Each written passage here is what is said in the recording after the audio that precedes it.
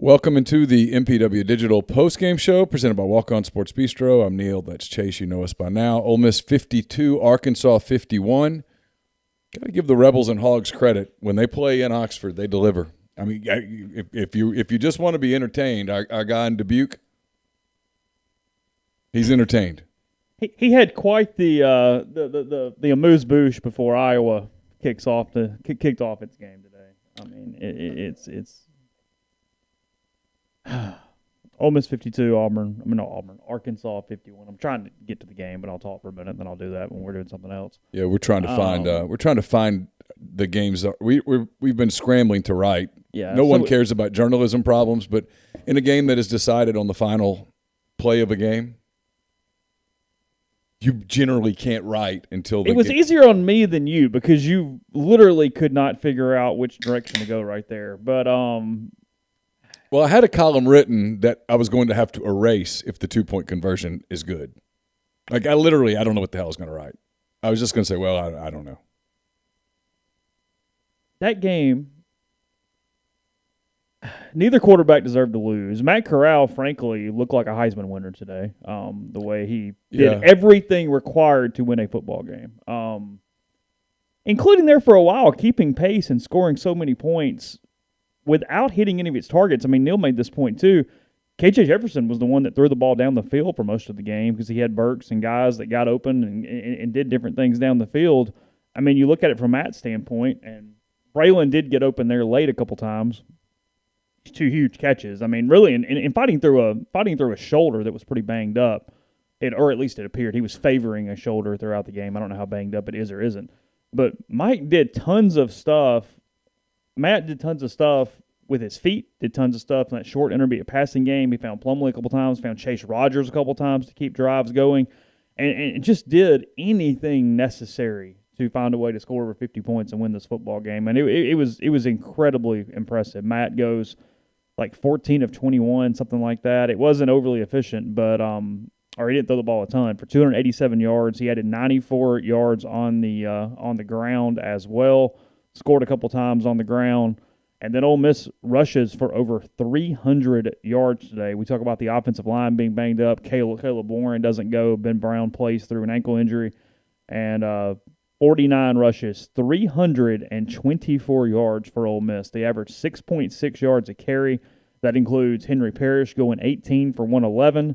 That includes Snoop Connor breaking off 2 long touchdown runs, having 110 yards of run game, including 3 total touchdowns. I mean, there for a while, I wrote it in observations, there for a little while in the second half, Ole Miss had Arkansas's defense on skates. I mean, they were running through them. They were dictating things on the ground. Just an overall offensive performance by Ole Miss that was incredibly impressive today. And then on defense, look, Ole Miss's defense has issues. The defensive line could not get any pressure on KJ Jefferson whatsoever. I mean, he had multiple times put the ball on his hip and waited for guys to get open down the field. I think Chance Campbell had a sack. They had that big fumble recovery. They were awful. I mean, Lane mentioned at the end they didn't stop them. They just happened to go for 2 on the final play. Arkansas scores touchdowns on 6 of its 7. Scored on 6 of its 7 second-half drives. Arkansas did. Yes, yeah. That's correct. But I will say early on, when Arkansas goes up 14-6, there was a chance there for that to get really weird for Ole Miss really early where they were chasing points and getting behind the 8 ball, and Ole Miss gets the fumble recovery, and they get 2 more stops. They get 3 straight stops of Arkansas over one period of time there, including the interception to end the first half that was on a little bit of Hail Mary. That gave Ole Miss the ball to start the second half, allowed them to kind of 2-for-1 a little bit. And while the defense was bad, that sequence changed the tempo of the game. Arkansas was dictating tempo until that point with that fumble. And after that point, Ole Miss was able to set itself, get a lead, take advantage of those stops, and then make Arkansas hold serve and play catch-up and come back and come back and come back. And I thought if you're just looking for any kind of something on that side, that was a very critical period of time to reset things and then let Ole Miss take off from there. I mean, it's been one hell of a day in the SEC. Oklahoma walks off Texas. You stole my line. I did, yeah. You stole my line. Texas was up early big early, and then Oklahoma comes back, scored a ton of points from that point. Both teams having some interesting quarterback situations. The new kid for Texas was really bad in the second half. And then Spencer Rattler benched for a while there in Norman. He came in to throw the 2-point conversion that tied the game at 41 prior to, or 41 prior to Oklahoma going ahead later. But either way, it's been for those who love the circus of college football, the early games have been completely up your alley because it has been one psychotic offensive morning of this stupid sport. And we've got Auburn, Georgia. We will have it on TV too. I got to figure out how to do that in a minute. And then just got to find Paramount if you have it. Every time we keep going home or whatever, it throws it into like whatever this all action channel is on something. I don't really know what it is. I'll let Neal handle this. And then we've got Iowa, Penn State on TV on TV1 here. Penn State has just gone ahead of the Hawkeyes. I guess they've got an extra point upcoming, 6-3 right now in that one. Yeah, Caleb Williams for Oklahoma. He's been a stud. Let's see. Frankly, we'll see what he can do in some other spots or whatever. But yeah, Ole Miss did not really miss Jerry and Ely at all today. I mean, Parrish and Snoop both kind of filled the roles perfectly. They both had a hell of a game. I'm kind of reading back through questions or comments. Anything that sticks out? I've got a handful of hot takes. Not hot takes, but observations. Number one, I thought it was an incredibly well officiated game. I thought they let them play. Yeah, they did. They did not. The only really one thing I thought that was missed per se the whole game. They got corral, and I don't know what you would have been called on this, but I thought maybe one of the slides he was hit, and then they got his face mask when he was going into the end zone and kind of jerked his head up and back on when he scored on one of the runs. But, I mean, they let a lot of things close to the sidelines go. They didn't call, I don't think, any pass interferences on either team the whole game. As many balls were downfield. They let a lot of hand fighting and stuff go. They let them play. I thought they were consistent. They called the Cedric Melton downfield. It was a good call. And the horse collar. And they called the horse collar, and that was a good call. I thought Arkansas got away with the hold on a big play, and I thought Dontario Drummond got away with the hold on a big play. But for the most part, I thought the game was really well officiated. I just wrote this. I thought Matt Corral, looking back at it, I mean, look at Arkansas. They rushed for 350 yards. Jefferson throws for 326. When that happens, you have no margin for error. And Matt Corral did not make a mistake. Hit a perfect game. Yeah. Hit a perfect game. Because if he makes one mistake, they lose. Chance Campbell, who visits with us each week at rebelgrove.com and MPW Digital, made a huge play. Stripping Arkansas fairly deep in Ole Miss territory, if I remember correctly, around the 20, I think. Strip number 0, I think. The ball gets on the ground. He recovers it. Yeah. Realistically, watching the game as it unfolded, it's hard to say, well, if Ole Miss was going to get a stop there because they didn't get many stops, well, every point mattered. Ole Miss's 2-point conversion that they converted was huge, looking back on it. Looking back, that was the one thing we forgot because they got it. But, I mean, Caden Costa misses the extra point there. At the time, you're like, it's Ole Miss, Arkansas. So in the back of your head, you go, oh, God, that's going to matter somehow. That's not going to go unnoticed as this game goes through. But Lane gets the 2-point conversion. Lane and Lebe get the 2-point conversion in the next series. And that allowed it not to get screwy because it would have been incredibly screwy had Ole Miss just been going up 6 instead of 7 that whole time. They would have had to have chased it at some point. But instead, they were able to get that out of the way early. And then, look, I wrote this a week ago. I was wrong. I was really wrong because I kind of felt like Corral's Heisman hopes were toast after that. Mm-hmm. He had to have something super special, like right away, and he did today. I mean, he's still got a lot of work to do, and frankly, defensively, they've got to get better for them to win enough games for this to matter. But they were amazing. Should I do a 1-week Paramount Plus trial if I already have Paramount Plus? No, how do we get CBS on a TV? That is what we need to It's Paramount Plus. Is it Paramount? Because 2 weeks ago when I wanted to watch some of the Arkansas A&M games. I think what we did, we got off. Did you get it on, people just chill with us, did you get it on the TV, smart TV, or did you get it on like a Fire Stick app TV? I had it on my phone. So you have a login? Yeah, I have Paramount Plus because Carson watches all that European soccer. So really we just need to sign in. Yeah, if you can find a place to sign in right there. Yeah, I'm looking. It's not giving us many options. Is it? No, it's really not. Because I went to Apple Plus and it gave me. Hit that one down there at the bottom and see if it gives you a sign-in page. Just hit confirm and we'll see what happens. Okay. All right, sign in on this TV. Or on the mobile device if you have it. Okay. You want to do that? Yeah, I can do that. Okay. Everybody just hang with us. We're trying to get different games up. It's been a scramble. We'll be here for a while. Y'all are good, so you'll visit the website, activate, and then hit the code. Okay.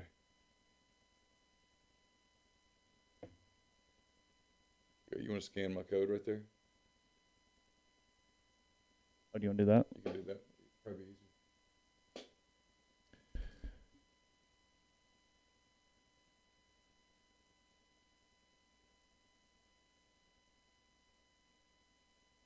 Or I can go to the website.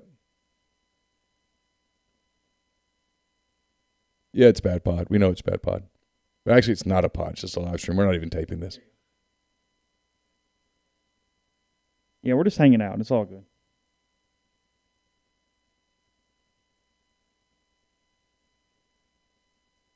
The only thing that appeared to go badly for Ole Miss, other than the defense, as they got the win, was the concessions. I heard they were awful and all around. I've heard plenty of, had some people complain to me without even meaning to. All right, I think you're good there. Oh, okay. Here we go.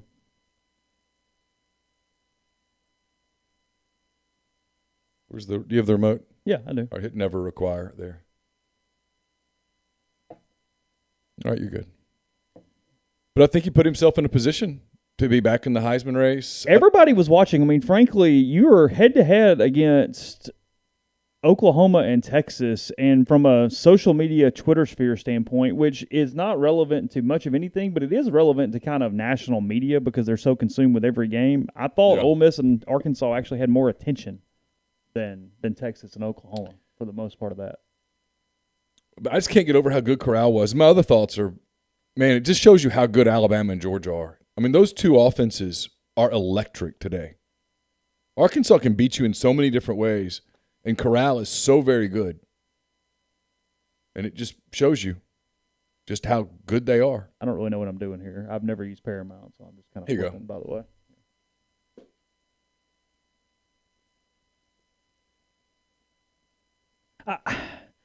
I did. I'll be honest. As it was going on, it wasn't even like a "We Are Ole Miss" thing or anything like that. But just from y'all's sake on the show, what our live show would have looked like, whether or not I needed to find a stomach virus really quick and let Neal have it. 1 second left on the clock for Arkansas to tie it, then go for two, get it, and win by the same score as the 2015 Ole Miss-Arkansas game. Would you have gone for two? Yeah, well, you and I both hated the play. I hated the play call, but I absolutely loved the call if I'm the road team trying to figure it out. Absolutely.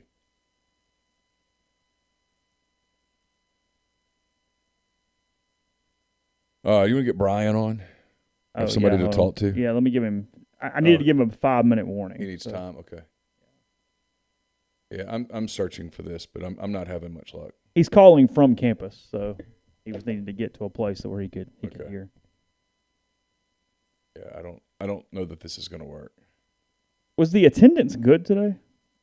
People were raving about the crowds. It must have been really good. Apparently, Arkansas ended up bringing a lot of people. Huge Ole Miss crowd. Oh, really? I mean, I didn't see it, obviously. Cavett Otis says if Jefferson runs, he scores. So what I didn't like that Arkansas did, and I know everybody here is glad that it worked out the way it did. They bunched everything up. I don't like bunching it up and running to the short side of the field.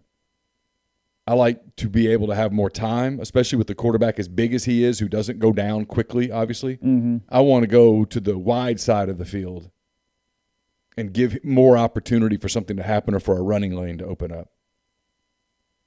Yeah, you could have spread it out. Try to force a couple Ole Miss defenders into decisions. Do we hold back? Do we come? What do we do? And try to see if that would open up any kind of one-on-one matchup. Because instead, Arkansas took, I guess, Sanders and Burks, put them in the exact same spot, and then ran it all into it on the short side of the field. I mean, it was all congested that it would have required something to almost kind of go wrong for Ole Miss for Arkansas to be able to score there. I don't think I can get you there. So I don't know how to do it. All right, here, give me the remote. I'll play around. We'll see what we got. All right, I'll open up the phones for a minute. We're kind of like in. I'm like dazed right now. I don't even really know what's going on. So. Phone lines are open, 662-259-0991. I'll put that up here in a second as well. If I can find it.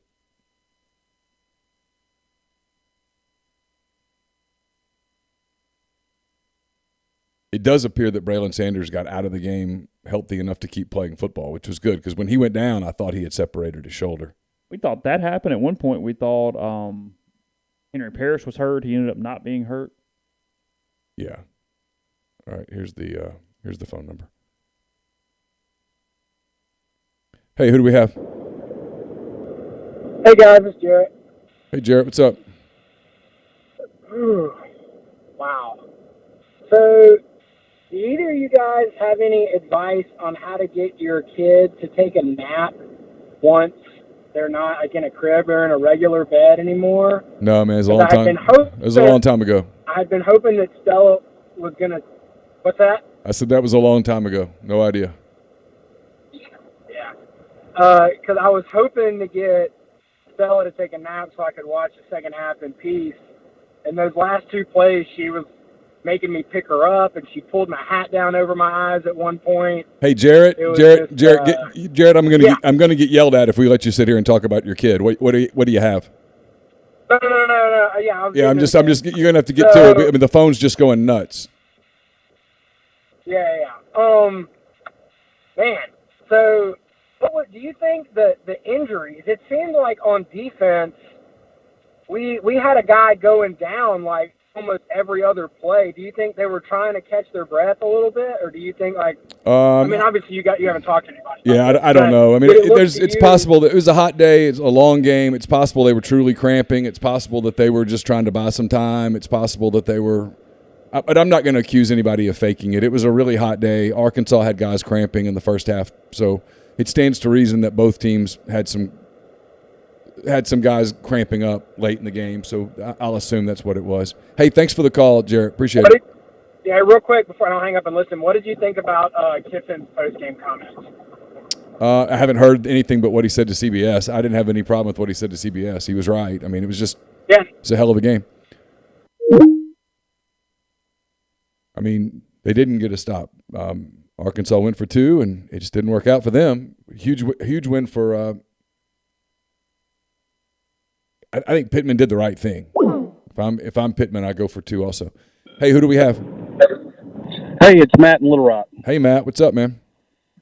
Hey, congratulations to the Ole Miss fans in a series where Arkansas has probably had 99% of the luck. Y'all had the ball bounce your way today at the end, and so congratulations to the Rebels. It was a great game. I thought the turning play in the turning juncture in the second half is when Ole Miss went for it on fourth down and didn't get it, and Arkansas drives the ball down on the short field and misses our receiver wide open at the goal line. Throws it high. We have to settle for a field goal. If we score a touchdown there, it's 28-24. And now the score is lopsided going back and forth. So the last drive, for all intents and purposes, was Arkansas was looking to win on that drive instead of just simply tie and go for two. But just from a Razorback perspective, shocked that our defense was gashed the way it was. Credit Ole Miss, great blocking. We got to go back to the drawing board on that because that obviously that's not going to get it done, and we played better than that. But just thought from a Razorback perspective, we hit that pass right there. It's a disjointed score at that point instead of back and forth even, and may have had a different outcome. But, hey, the narrative on K.J. Jefferson that he can't throw and he's completely one-dimensional, it's gone. I think we can put that to bed. I think so too. No, listen, you're exactly right. If I'm an Arkansas fan, I'm pretty pumped with what KJ did today. It took. To me, this is the story, and maybe I'm completely wrong. If I'm an Arkansas fan, it took the best quarterback in the country playing a perfect game to beat me, and he did. Corral had a perfect. And he did. Corral had an absolutely perfect game. The only blemish that could have happened was the pick at the end of the half that Catalan almost had, where Ole Miss goes on and scores a touchdown there. He just couldn't bring it in to make the catch. But other than that, Corral was perfect, and he was the best player on the field. Maybe one B was Traylon Burks. Burks was terrific. With what he did. You know what, though? He doesn't touch the ball every play, so you know what, though? You got to give it to the Revs today. Here's the thing: Corral's going to win SEC Player of the Week, and he absolutely deserves it. If Arkansas gets the 2-point conversion, KJ gets it. He goes 25 for 35, 326 and 3. The only interception that he threw was on the desperation throw at the end of the first half. Like Chase said when we were in here watching, and he goes, "That shouldn't count." And then I don't know what KJ ran for. He ran. I've got it here. I'm curious. I'll find the stats. Yeah, almost 100, I think. I'm pulling up 85. Yeah, 20 for 85. 20 rushes for 85 yards. I mean, he was terrific. If you're an Arkansas fan, that's if they play the rest of their season like that, they're going to beat a lot of people. Not bad for a redshirt sophomore. No, Appreciate you guys. Not bad at all. Hey, thanks for the call. Be careful driving back. Thanks. You too. Bye. No, it took Corral having a perfect game, and he was perfect. Yeah, and I'm going to tell you who else played really, really well. We're going to get to Brian in a minute. Yeah, you're fine. I'll take a couple of calls since they're just rolling in. I'll tell you what's had a great game. We talked all week about how important it was to neutralize Trey Williams, and Nick Broker did it. He did. Kind of took Williams out of the game. I don't Broker nor Sam Williams had much impact at all in this football game. Yeah. On either side. Yeah, both. Which is weird if you tell somebody that. Yeah, it's all nuts. Hey, who do we have? This is Rodney. Hey, Rodney. What's up? Hey, hell of a game today. It was that for sure. Matt Corral's the greatest, like you said, best quarterback in the country. Snoop and Parrish and the offensive line going off. Key catches by receivers. And I tell you what, I'm glad we finally won one of these games against Arkansas. And can y'all hear me? Oh yeah. Keep going. You're good. Hey, if Lane now, if he wants to call out the defense like that at the end of the game, that's fine. They did struggle, but they made a few key stops. But he needs to call out some of his decisions sometimes. They put him in some bad spots. He did. Other than that, his decision. I don't know if the best team won today, but I'm glad we freaking won. Yeah, that's all that matters to me. Yeah, it's going to be tough getting up again because we got to go up to Tennessee, and you'll have no choice but to get 2 emotional games. You better get up for Tennessee, or you won't win. I mean, here's the thing. I think we're facing this again as we move forward a little bit. Ole Miss is going to have to be damn near perfect on offense to win some of these games. I just defensively, I know what I just saw against the run. Yeah, and boy, I mean, when you give up 350 yards on the ground, that's. I mean, I do think they're better, but better is still so indicative of how bad they were last year that they are better. I mean, I just don't know how. I mean, I think Arkansas is pretty darn good and physical. I don't know if we'll face any more physical teams like Arkansas. I don't know that you'll play unless you play Georgia. No, you're not going to. After playing Arkansas and Alabama back to back, that's probably about as physical as you're going to get. I mean, they are a physical group up front on that offensive line. I mean, they are good up front. Again, I mean, if you're Arkansas, putting this behind you is going to be difficult, but I mean, there's no reason they can't win a whole bunch of games the rest of the way. I think we can stop with this Arkansas sucks narrative or stuff like that. That's crap. They're legitimate. Well, you ain't gonna hear me say it. No, they're legitimately good. Again, I mean, it required the best quarterback in the country to play a perfect game, and he did. He was great. But if you are Ole Miss moving forward with this, you do have to get better offensively. I mean, defensively, you can't give up 676 yards in the SEC. You're not going to win. You're not going to win many games like that. In fact, you may have just won the one you can win like that. Neal, what do you think about that offensive line coming through today for Ole Miss? Yes. Oh, I thought they were terrific. And when you think about the fact that Caleb Warden didn't play, that listen, I still maintain. I know who the sourcing was. Ben Brown didn't practice much last week, if at all. I mean, okay, you heard. I mean, Chase heard the same thing I heard, so I believe it to be true. So for them to play as well as they did, again, the way Broker neutralized Trey Williams, it was speaks volumes for how good they were up front. Listen, we're going to get Brian Rippy on real quick, and then we'll get back to calls. Thanks for the call. Thanks, Rodney. All right, am I FaceTime audioing him? I think that we'll try that. Okay, it's probably the best way. Well, my only try it. We'll see what happens. Okay. Since he's on campus, internet worries me because you do Skype? Try the FaceTime audio. We'll see what happens. We'll okay. flop it around if not. But I have a feeling that it's a little bit of chaos. Was he at the game? Yes. Okay. Yes. He was at the game. Remember when we used to go to games?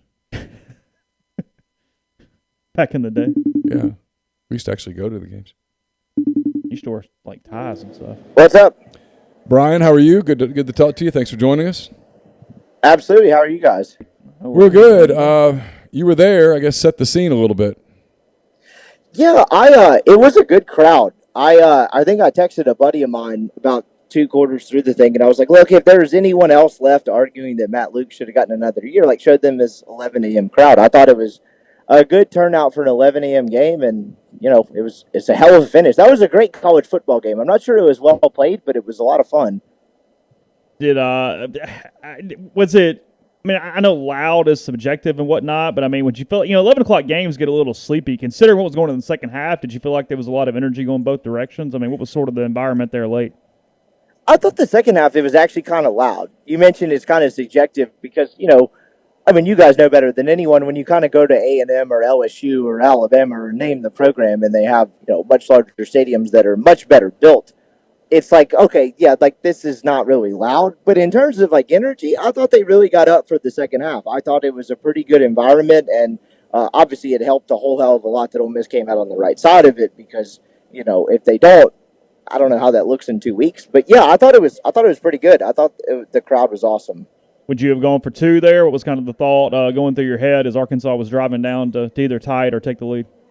I guess that's like the ultimate hindsight quarterback conversation, but I would not have. I thought they were kind of methodically beating Ole Miss up and down the field. And when you get into a short field, Ole Miss wasn't having really much consistent success running the football from what I saw. I haven't looked at the statistics or anything, but if you're kind of getting 7-8 yards to play, doesn't that go well for overtime? Because the last couple of touchdowns Ole Miss had, they beat them over the top, and you can't really beat them over the top when you're starting at the 25-yard line or wherever the hell overtime is. So I would not have gone for 2, but I honestly kind of get it at the same time. You know what? It was going to come down to a 2-point play anyway. Exactly. They're both going to score, and then so you have the ability right there to go, okay, we have our 2-point play. Yeah, we're going to run it right now, and if we get it, they don't have, because the clock's on 0, they don't get a chance to counter. Let's just do it. And then I think if you're Sam Pittman, and this is the reason I think it was the good decision, although Brian makes me rethink it a little bit. When the best player on the field is the quarterback for the other team, I have a chance to win the game with him standing on the sideline. I want to do it. So can y'all walk me through what happened on the last play? Because as a guy sitting in the end zone who is this will shock you, I'm not tall, so I couldn't see a lot what was going on. I just kind of saw the student section react. I was like, oh, I guess they won. And then I'm dealing with my father who's like, I'm thinking going into cardiac arrest. What happened on that last play? Like, what was I know it was a rollout. What happened? Yeah. I was surprised they didn't try to run the football, honestly, with the quarterback. They bunched it to the right, and they ran to the right, to the short side. And for whatever reason, I think he rushed it a little bit. It was covered. It was defended really well. It was covered well. He had nobody open, and I think he kind of panicked a little, and he just slung it. Because I'm not sure it even could have been called. He kind of threw it over everybody at that point. He probably had time to move around a little bit and maybe try to see if somebody could slip open on the backside. But the play that they had drawn up was covered and defended. Yeah, that was interesting to me. They didn't use kind of their best player throughout the course of the day, which was KJ Jefferson on the ground, in my opinion. Again, watching the game in the stadium is such a crappier way to watch the game. It's so hard to pick up on stuff versus on television. So I had trouble picking up on it, but I was surprised they did not use him with his legs to end the game. And kind of to Neal's point, there's no second guessing it. It was fine, I guess, that he went for 2. I just thought the way that game was going, And I know Sam Pittman doesn't give a damn about like the history of the rivalry and all that crap, but like, you kind of gotten in their heads a little bit. There's still some of the same people there from 2018 or kind of name the weird game. I just would have taken it into overtime and kind of screwed with Ole Miss's head a little bit because I would have made Ole Miss kind of pee down their legs. That's good. Arkansas is better built to run inside the 5. I thought, like I said, Ole Miss had Arkansas on skates moving down the field. Yeah. They busted some long runs. They did some stuff, but that offense still does have the tendency to get bogged down inside the 5 or the 8. That would be the only, to me, reason to kind of go, hey, kick it and do whatever. But, I mean, you're still counting on a stop with 2 on the other side. Brian is starting to talk me into his part of the argument, and so I'm almost devil's at, and most of the people on this chat agree with Brian and not me. I guess so. I'm playing a little devil's advocate here for the sake of it, and it doesn't matter anymore because it's done. It's just that Ole Miss scored on that play where your DB gets burned on a beautiful fake by Corral. Yeah. You have 1:07, and you, by God, do it. You drive down the field, you manage it, you utilize every single second, and you score. Literally. And so at that moment, let's get this done. At that moment, you're on offense, they're on defense, and there's nothing they can do but to do the one thing that they haven't done all second half, and that's stop you. One play. And so you go, hey, let's do a one play. Let's go. It's hot. Do we really want to do one of these 5-6 overtime deals? We play Auburn next week. Let's do it. It's confidence in my team. It's confidence in my quarterback. Let's go. We've just done it. And now I've talked myself back into Pittman's decision. Now I'm back on your side. I'm hearing you listen to this, and I'm like, oh yeah, actually it was the right decision because I know it doesn't matter, but like my dad, who's been watching this for 25, 30 years, unabashed Ole Miss fan, when they scored the touchdown was like, all right, to hell with this. This is over once they didn't bring the kicker on the field. So it's one, momentum, two, it's a little bit of scar tissue as well. But I would have done the same thing, honestly. Like if when it comes down to it, as much as I would have looked at it from a kind of entire game standpoint and said, we're beating them, we're going to overtime. But, you're an SEC head coach paid $5 million a year, and you just scored on the last play of the game on the road to quote-unquote tie the game. I mean, I would honestly be asking people to check his pulse, or if not, he's a sociopath not to go with it. There's got to be a little bit of adrenaline involved. I would have gone for it too. You have all the momentum if people believe that's such a thing. You have a chance to win the game in that moment with Matt Corral. For the only time in the game, Matt Corral's helpless. Matt Corral cannot make a play. Yeah, you had Corral done for the day. Either way, I'm tired of seeing 2. He's out. Yeah, I'm going to make a play. I'm not going to put the ball back in his hands. If he wants to make a play here, he can come play safety. Yeah. But he's not going to be the quarterback on this one play that decides the game, and I think that's why you do it. And I think it's the right call, and you just don't get it. I mean, Ole Miss's defense did not play particularly well in the second half, but they made a play there. Give them credit, and I'll tell you this, if I'm TV people, if I'm CBS, I'm already looking at the calendar and going, let's see, they do it again in 2023, that's at 2:30. Tennessee knocks off South Carolina 45-20. The Rebels are in Knoxville next week. That is over 100 points or so that Tennessee has scored in the last 2 weeks. Today, change your mind, any Brian? Where are you at now after Ole Miss gets the win? What's the baseline for the rest of the season? How you feeling about it?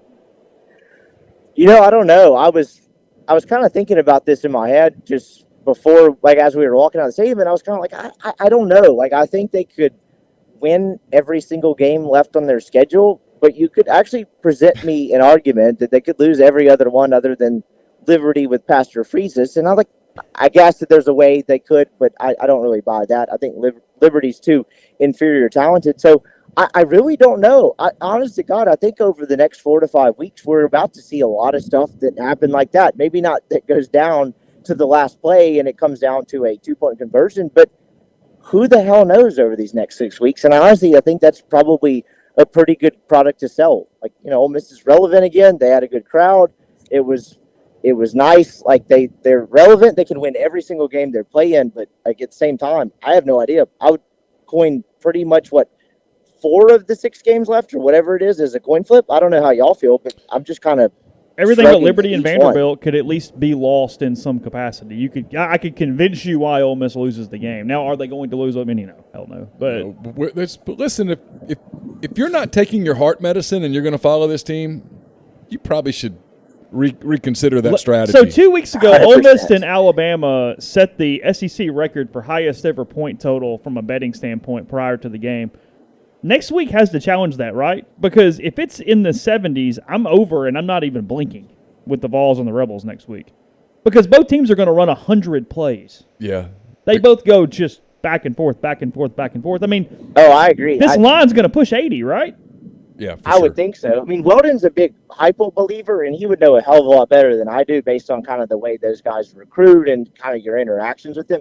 He's a big hypo, I would say, Stan. He was not a fan of them going to Hooker, but clearly that's worked. He's kind of gone hand up on that. But, yeah, I think when they have comparable talent, Tennessee's actually kind of frisky. I think when they don't have as good a talent, they're just kind of are what they are. I think you kind of saw the way the Florida game played out. So, I agree. I think it'll be a shootout, and Ole Miss is probably going to either have to make a play on defense in the game or have the ball last and have to execute because, I don't think they're stopping them regularly. So I think it'll be kind of similar to what you saw this past week. Honestly, though, it's a better version of what Arkansas ran out. The fact that Arkansas scored with 1:17 left, the way they were moving the ball the rest of the game is still mind-boggling to me. The kid couldn't really throw the football, and they got down the field, 70-something yards with a minute 17, that was baffling to me. KJ had a really good drive. He did. He really did. We got to give him a ton of credit, man. I mean, he played well. He played really well. His numbers are outstanding. I feel like I'm a broken record right now. The guy on the other side was just perfect. How's the atmosphere in the Grove? Everybody head back there. What's the situation now? It seems like people are ready to party, which I was told. I saw this on a T-shirt when I flew in that Ole Miss has not lost a party. I'll look into stats research and stuff, but I was told that they should probably ditch that moniker. But whatever. People are excited, so I think it'll be a good night in Oxford.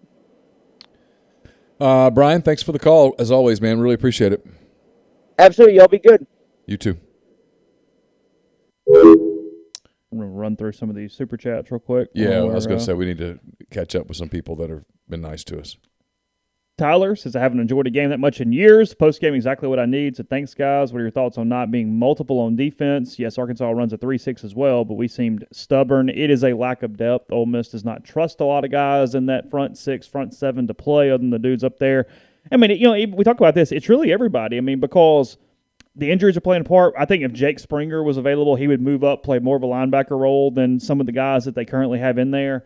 I did think they loaded the box more at times. I know they were still in that 3-2-6, but it looked different than kind of what it does against a true spread team in some instances. So they just don't like their options from a standpoint of a fourth down lineman right now. I mean, at all. They just there's nobody they trust to kind of fill that gap. Because I mean, Tarikas Tisdale wasn't dressed today either. I mean, they were just kind of limited. They were liking some dudes.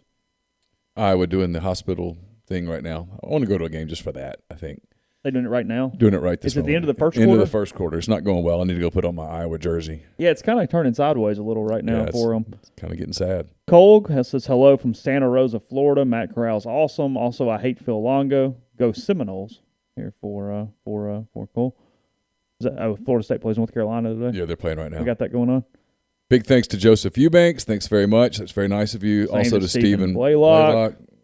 Matt Baker says, thanks for all you guys do. How many wins will it take for Corral to win the Heisman if he continues to play this well? At least 9. It's at least 9 and probably 10. Yeah, that's probably right. Because your problem with not winning 10 is you have 2 more losses at some point where there's a decrease in momentum unless you just go crazy and your defense is absolutely freaking abysmal. Kind of like today where they go, okay, well, but you still got to win enough to make it. It's got to look like Robert Griffin or better. It's kind of the way you do that. And frankly, Bryce Young has got to screw up somewhere because he plays on the best team. Or second best team. I think so. There's some Bama fatigue that's going on. Thanks to Blake Hankins. Thanks to Max Davidson. Ethan Helms. He says, we saw a couple of good plays from Plumlee today. Assuming Mingo isn't back next week, do you think we'll see more of him? I think so. I think you almost have to. There was times today where he was – there was one point today where he was the leading receiver in terms of volume, which tells you everything. He and Chase Rogers. Yeah, and so they're going to have to they're going to have to show that they can throw underneath to open up the deep ball. Okay, let's see. I need to put that number back up, don't I? There it is. Yeah, Henry Parrish was great. Snoop Connor was great. Here's a question. I asked you this. Mm-hmm. Did Jerry and Ely kind of get Wally pipped today? Here's the thing on that. Is I know the numbers were a little better than we thought they were coming into to the week or last week. Hang on, caller. We'll get to you in just 1 second. Hang on. Because they were in he had played 100 snaps. But had he already kind of been out? I mean, when you really look at it, we keep saying, oh, it's because of this, and it's because of this, and it's because of this. Maybe they just trust the other dudes more. I mean, obviously he would have played some today, but Jerry and Ely was already kind of the third back in a way. He played that first series against Alabama. He didn't play much else, even before the concussion. I'm not sure that he was ever going to have a high snap count game because, frankly, Parrish had already been playing more snaps anyway. Just a thought. But yes, the answer is probably yes. But you've got to find ways to use him. I mean, and Ole Miss is good at that. Levy's good at that. Kiffin is good at that. All that kind of stuff. I'm not criticizing it, but I think that they have firmly established they like Parrish being the every down back, his pass protection skills, he catching the ball in the backfield, and then Snoop has gotten better at certain things, and they have really figured out ways to use him effectively because, I mean, that his one cut is really damn fierce now. He's good at it, and he can break away. I thought that they had the perfect mix of the two of them today. I thought they used them as appropriately as possible, and you might even be seeing Snoop get better at some of the things they didn't like about him from a pass pro standpoint, from some of those things. I think he's worked hard and gotten in the mix. Yeah, I mean, there was little fall off at all just because Ely was out today, and I'm not sure that they hadn't already relegated him to some different situations. Who do we have, caller? Hey, this is Tasha. Hey, Tasha. Hey, how are you? We're good. How are you? Good. So this is going to be two parts. The first part, I just want to tell you guys, I really enjoy listening to you. However, I have a little bit of a complaint, and that is I would love for y'all to have a call screener. Yeah, we probably we would love to have a call screener need to do that Tasha. too. If you could see our studio and sort of know the setup, you would know that for us to do that, we've got to really dramatically change some things, which doesn't mean that we won't, but it just means that at this point, it would almost be sort of impossible. If you were in here and we could guide you through it, you'd be like, "Oh, I get it." Yeah, I just, I've been listening to you guys for like 7 years, and this is the first time I've called in because I'm just like at my wit's end about it. So, like, I want to hear what you guys have to say, but it gets infuriating because, like, after a big game like this, I'm excited, and I want to hear what you guys have to say and what the real fans are fired up about. But when you hear people call in and talk about just stupid things, it gets frustrating. So I would love for somebody to be answering the phones and saying, hey, what do you want to talk about? And then can you just get to your point? I realize I would be screened out right now. But no, you would not be screened out. But I understand what you're getting at, and the point is it's recorded for posterity. And the also good news is we will completely get back on it Monday and talk for an hour and a half about what we thought, kind of repeating half the stuff anyway. So, it's an ongoing dialogue a little bit. What did you think of the game while we have you on the phone? No, I thought it was a great game. And so my second part was to ask you how long you thought that it would take to get the defensive line, in gear and us doing well. I think it's a talent thing. I really do. I think they've just got to get bigger, more athletic up front. They've got to win some recruiting battles. Like guys like Tywan Malone have to. And this isn't about him because I think they knew when he came in that he probably wasn't going to contribute much the first year because of his knee. But they've got to get recruits like that, plural, and you've got to win some of those battles and get bodies out there. I think they've got to get more athletic at linebacker. I think they have to get more depth at linebacker. I think it's recruiting more than it is scheme and all that. I'm not crazy about the 3-2-6 that they're running, but they're running it. I think it's more out of necessity than out of some schematic belief that they're going to be, that they're going to win the game in some chess match or something. I think it's. I think they're playing this. I think they're playing this scheme of defense because they don't have enough linemen and they don't have enough linebackers. And like when Chance Campbell went down for a minute, I had two thoughts. One was, boy, that's going to suck on Mondays if he's out for a while. And then the second thought was, if he can't play, who plays?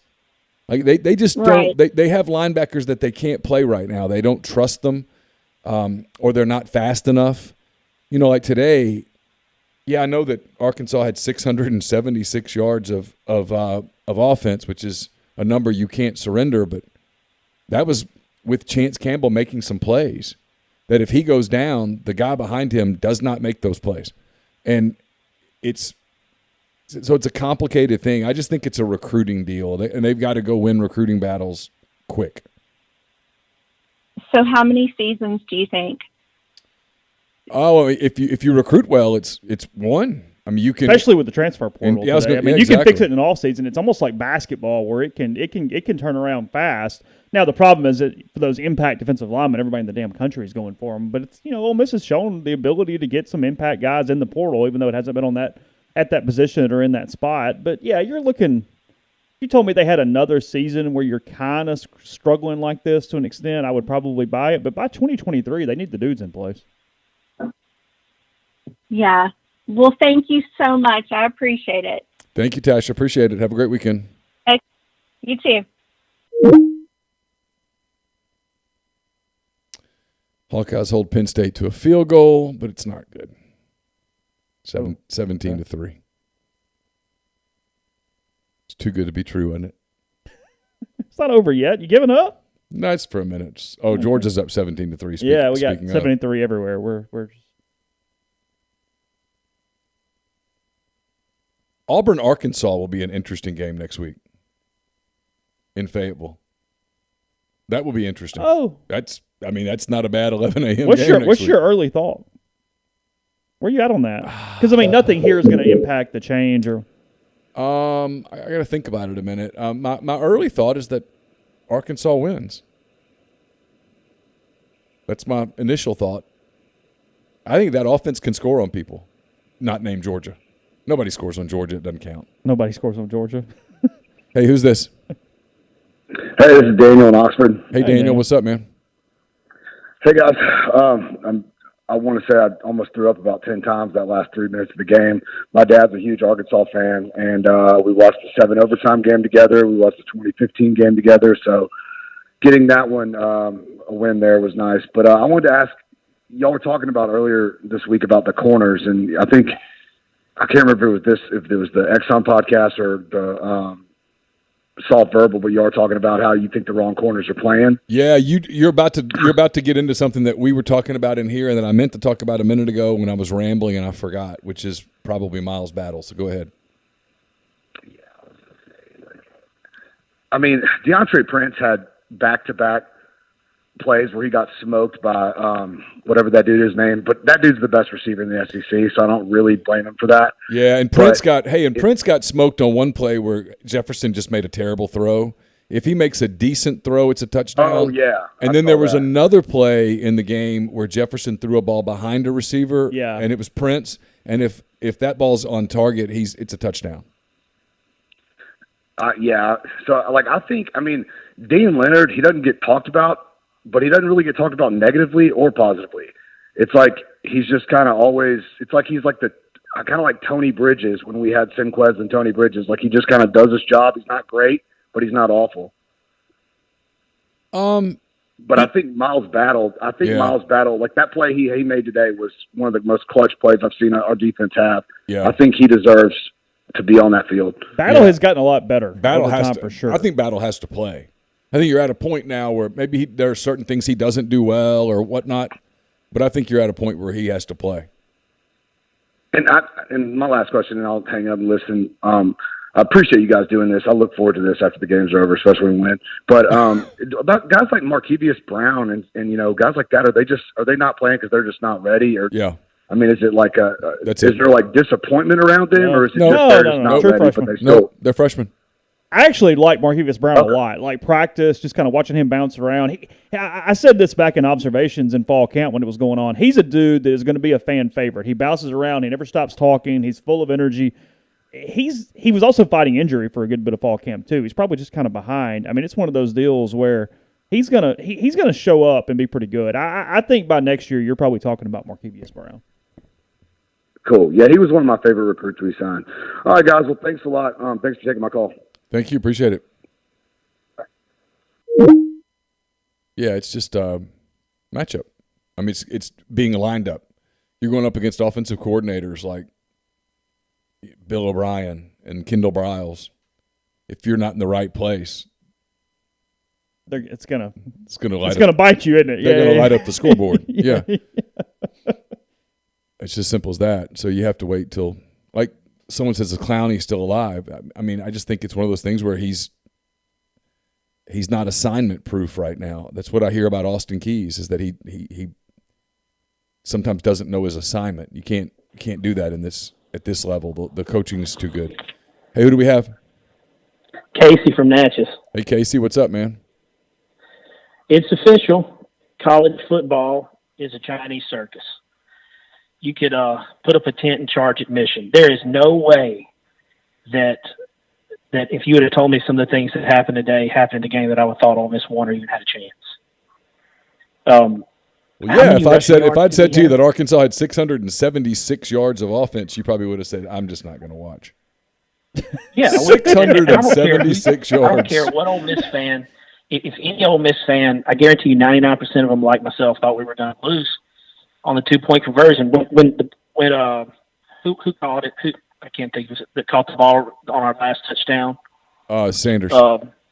Yeah, when Sanders, I was like, slide, get on the 5-yard line, 10-yard line, just slide, sit there. We can't stop them.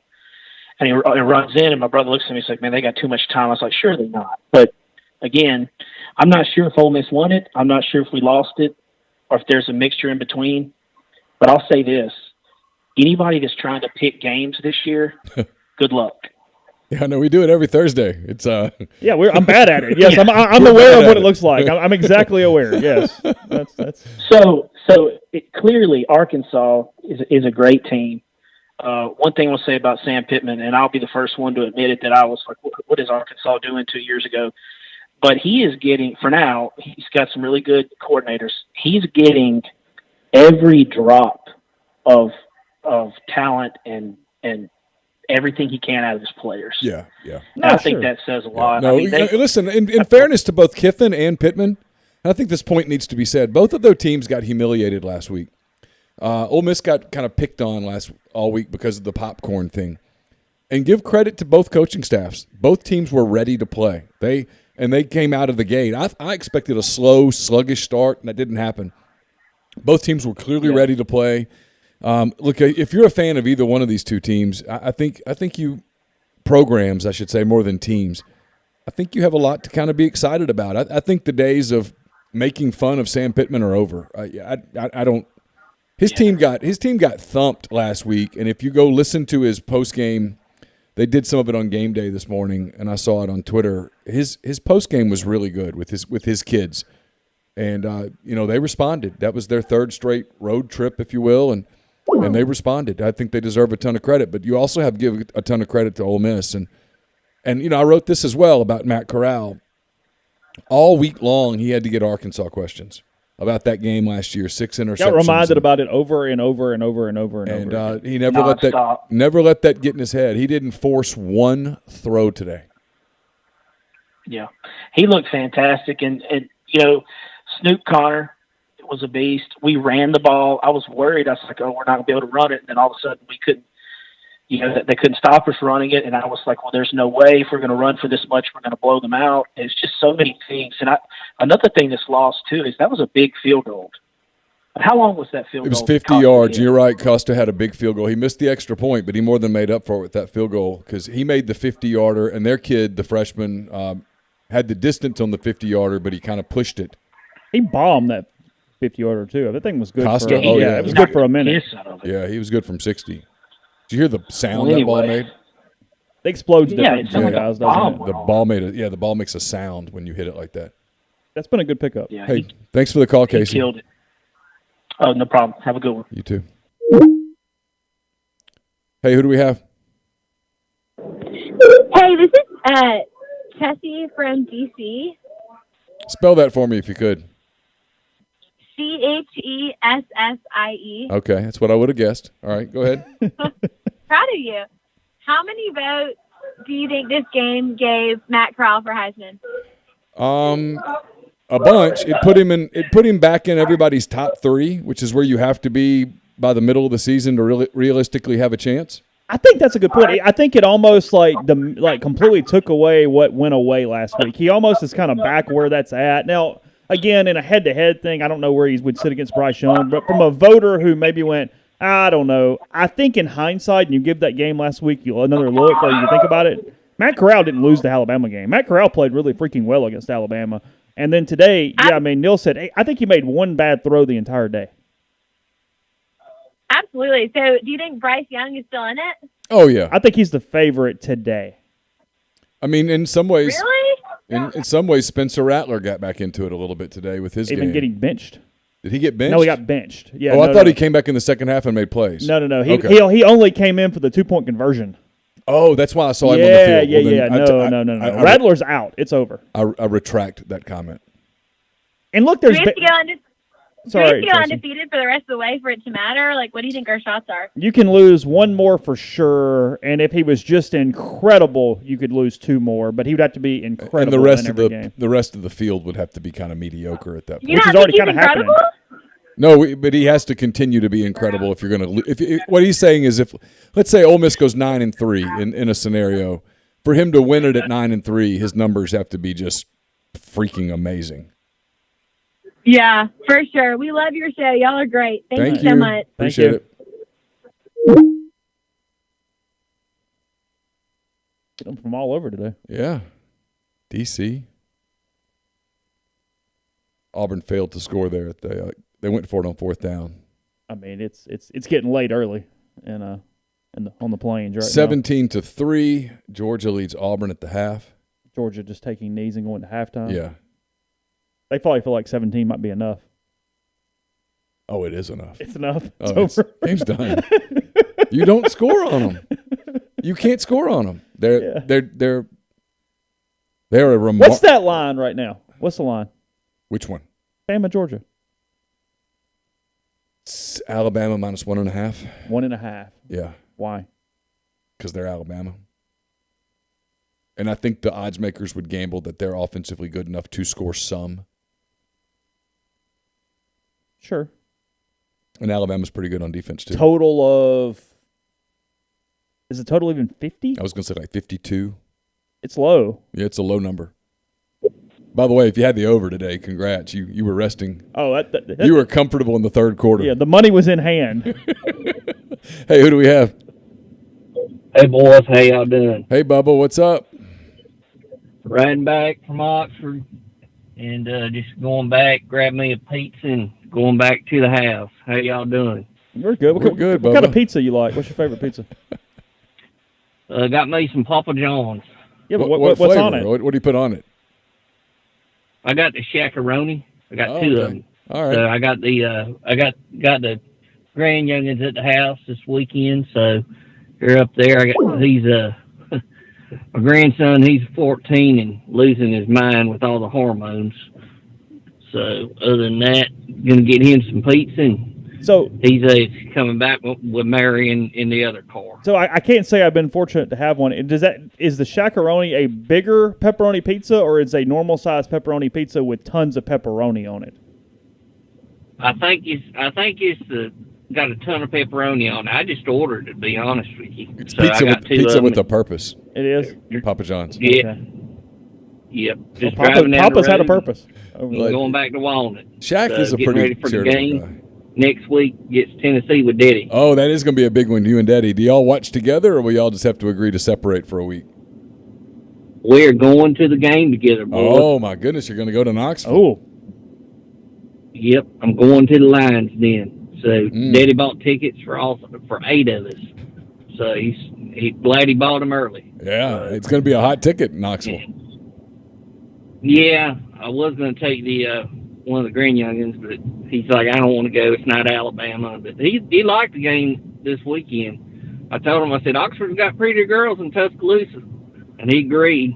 So I'm sure that little rugrat will be trying to shuck the corn tonight thinking about it. But other than that, everything's good, boys. Everything's good. That win, and I'll say this, old Chase Campbell is about the best player I've seen in a long time. He's changed our defense. Is he here for another year? He potentially could be. He has eligibility. He has the option to stay. I don't know whether he'll plan to stay or not. At some point, I'll start to ask him about that, but it feels like it's a little premature Today's right not now. the day. Exactly. So, how do you think it's going to help recruiting? That's my question. Who was there today, and what do you boys think? There were a bunch of guys there, including Devin Brown, the 4-star quarterback from Utah. It can't hurt. I mean, it was a great atmosphere. It was if you play offense, you've got to be excited about it, and if you play defense, you've got to think there's opportunity for you to get on the field. So, there's ways to spin that positively in every direction. It had to help that the atmosphere was the way that it was, and I don't know that the outcome of the game particularly matters. I mean, if you're Arkansas, you can get on the phone with kids tonight and go, "We're close," and they believe you. And so, but it was good. I mean, it was a great atmosphere. The town was. Everybody tells me the town was just jam packed. So, had to help. Oh yeah, it was packed. And I tell you what, it was hot in them stands today. I bet it was. It was hot today. It was, Lord. Yeah. But hot and humid. Well, I really appreciate it, boys. I'll call y'all in the car coming back from Daddy next week. That'll be good. Promise. We will look forward to that. Good luck on the trip. Y'all travel safely to Knoxville, okay? Right. All right, Bubba. Y'all have a good day. Bye. You too. Bye. Congratulations to the Tupelo Football Club 06 team. 2 wins. Got a win today? 2 club wins today. Those club wins are hard to come by. Who'd they play? They played 2 teams from Louisiana. Okay. Played a team from Slidell and then a team. Not one from Ruston, obviously. No. They played a team from Slidell and they played a team from Mandeville. Okay. So both South Louisiana teams. 2 big wins for Tupelo Football Club. Okay. Tupelo Football Club has a midfielder he's a dynamic player. They play again tomorrow? They play in Tupelo tomorrow against somebody. Okay. Yeah. Hey, who's this? Hello, guys. This is Michael. I'm between Steens and Caledonia. Okay. Near Columbus. Yeah, I know the area. Okay. How are you guys? Oh, we're good. What's up? Good. I so enjoy you guys. Y'all are a treat. I just wanted to say, I mean, my gosh, what an effort by both teams. I'm an Ole Miss grad and football fan. It's amazing to see 200 plus people, combined on both sides, put out that sort of effort, considering players, coaches, and everything. What a spectacle to witness. Would you not agree? I would absolutely agree. I did a tweet fourth quarter when the game was, I think it was tied at 45-45, and before anything happened, I said there will be no talk about anybody kicking anybody's ass, no matter what. Someone's just going to survive. And I didn't realize it's an exhale when it's over. I didn't realize how prophetic I would be. I mean, it was just someone was going to survive. Yeah. It's like one side goes, damn it. The other goes, thank God that's over. That's kind of it. It also tells you, again, I mean, look back 2 years ago to where both of these programs were. They sucked. Yeah. And they're totally different Neal. today. My goodness. And that's what I was thinking. What a product just portrayed itself and unfolded itself in front of anybody that wanted to see it. And, of course, everybody that wanted to see it. What a marvelous event just occurred. I'm overwhelmed by the event. And somebody had to win. That's always the case. But, my goodness, what an event it was. Yeah, no, listen, if you were there, you got your money's worth. The TV people got their money's worth. ESPN's like, hell yeah, that's the way to open up a day of football. You think back to that 2019 game when Ole Miss and Arkansas played in Fayetteville. Arkansas was just awful. Ole Miss wasn't much better, and Ole Miss won, but the game was kind of boring. And not today, boy. I mean, I think you there's a lot there, and there's a lot to be excited about if you're Ole Miss. I will say this about Ole Miss, and I hope people are listening when I say this. Lane Kiffin has said this a few times, and he's right. Quarterbacks like Matt Corral don't come through every year. They certainly don't. You really need to savor this. The next kid might be fantastic, but There's no guarantee that you ever have one who puts it together the way that Corral has. Turn the corner. Had a baby. Yep, Neal. He was spectacular today. I mean, if you sliced it and diced it, every time you sliced and diced, you'd come up with the same conclusion. My goodness, did you see what he just did? He's amazing. Yeah, it's Matt. true. Matt You're dead on the money. Matt was fantastic today. I've used the word over and over and over, but he was perfect. And on a day when he couldn't afford a mistake. I mean, he throws one pick and they probably lose. Has a fumble and they lose. He does anything wrong and they lose. Right. And anything. Yeah. And he didn't. Yet at the same time, he didn't force anything. And you could see it was an emotional game for him. And he controlled all of that. It was, listen, if you're an NFL guy, the last 2 weeks when you've watched what he did against Alabama with really no time and no help, and then you see what he did today, you're in. Yeah, the game's over if that's your livelihood. Yeah. You're all in, unless you're brain dead. One thing I wanted to ask you guys, I don't know. I've been a fan forever and all this, and I told my son a few months ago, I said, look, we got some really good running backs, but this team does not have Deuce McAllister in the backfield, so it's going to be weird with smaller, faster, amazingly gifted backs, and then trying to go fast, and maybe a power guy, and all, and they don't have a Deuce McAllister. But I said, guess what? Nobody else does either. It's going to be weird for them to try to figure all this stuff out. So they're not going to be perfect or anything like that. But I'm so happy with the way they've moved forward in their effort. It's obviously a community effort. Hey, Michael. Yes. Has anyone ever told you that you sound a lot like Sam Pittman? Like you could have a career in impersonating Sam Pittman's voice, and I think you could do it. Very similar voices. Well, hey,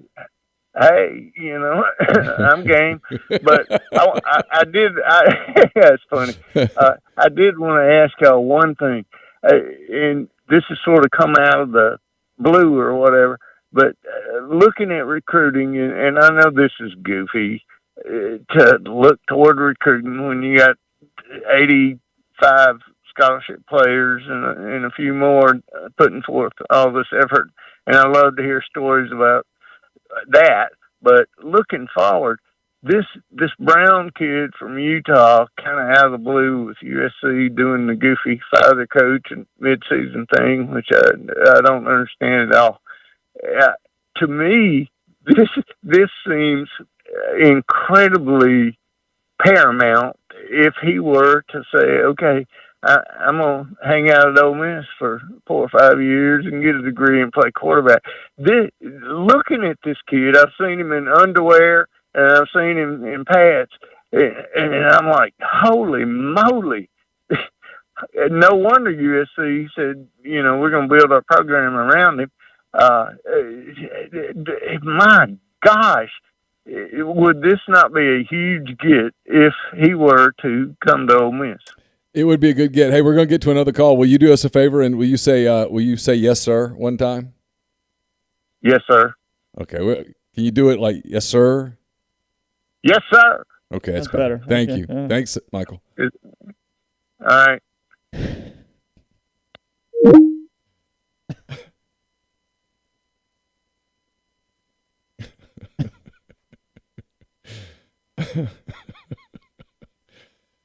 Oh, goodness. Like I need another beer after that. We missed some super chats earlier. Okay. Trying to go back and find a couple because I do want to thank people for doing that. Bobby Gray says, I'm drunker than something else. Should I call in? Probably, Bobby. And then he does it again. He says, I thought for sure we were screwed. Scott says, does any other offense on the schedule present the same matchup problem Arkansas gave Ole Miss today? And that's a good question. Is there another offense on the schedule that can kind of do everything? Because I'm done with Arkansas's one-dimensional. No more. I'm nope. That's not true. In a perfect world, Auburn can. Nix can get funky on you. Yeah. He's not going to do it consistently, but he can. He disrupted a lot against LSU last week. He did. That's the closest thing. I'm interested to see LSU Kentucky tonight. And I don't know what A&M looks like if Haynes is back. Yeah, ESPN kind of went nuts with the KJ from Sardis and the 25 Friends and Family. They kept going there. That's what TV does. And Tessitore took a shot at print media too, and I didn't think it was his greatest broadcast ever, but whatever. Oh, did you really? Yeah, he did about Heisman voting. Yeah. I didn't see that. Yeah, whatever. Louisville has stretched out to a 2-touchdown lead on Virginia. Looks like it's at the Ville today. Oh, their uniform looks like now. They kind of, for a minute, I thought it was Virginia Tech, but that is Virginia. You're right. That does kind of look like Tech, doesn't it? For a second, I was like, no, Chase, that's Virginia Tech. And then I realized, no, he's right. It's Virginia. I like Louisville suits. Yeah, the white on red on white's pretty clean. It's nice. Hey, it's Adidas, Neal. We're trying to do we're doing what we But they can. insist on doing crap with like the shoulder pads and stuff. It just instead of just doing you're getting some like real uniform porn in the other game today. Oh, this is Penn State and the traditional whites and and Iowa. We got the Steelers uniform. We got the Lions rattled a little bit right now. It is starting to cinch up a little, isn't it? Yeah, a little bit. What was the line in this game? Iowa. How many are they giving? 2.5. What was it? 2.5? Yeah. Yep. Kenneth Morgan, thanks for the super chat. He says this team's going to give me a heart attack. Yes. Listen, I don't think they've played their last crazy game. Yeah, you're not done with the close ones. Hell, you might get one in 7 days. I mean, that thing.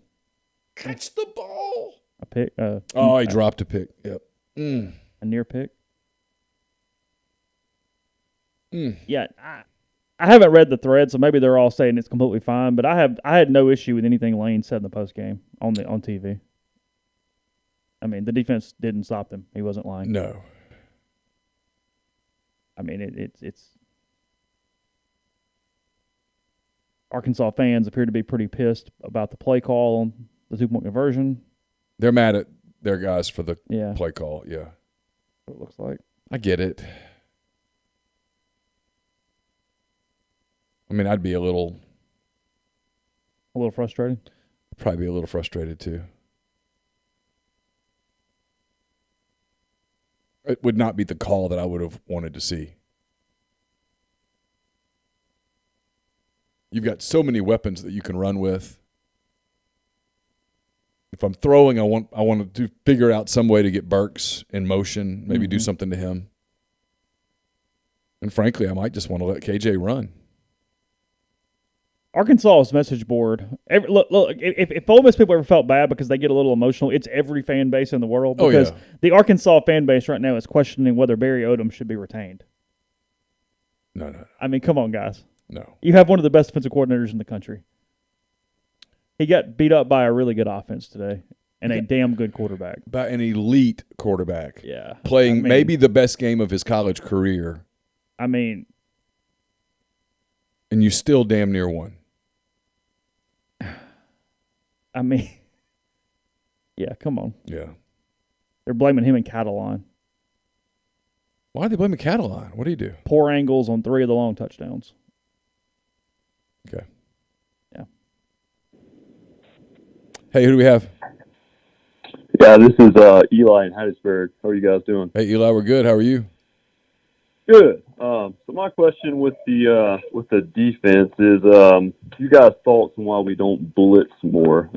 Seems to me pretty obvious we're not gonna stop anybody, so why not throw out a blitz? With that, I'll hang up and listen. Okay. I think the answer is pretty simple. I think when they bring blitz, it's not getting home. I don't think it's any more complicated than that. I think they did bring some blitz, and when they did, it's just not getting there. And if you bring blitz and it doesn't get there, you're really compromised on the back end. They didn't create a lot of pass rush today. Neither team did, really.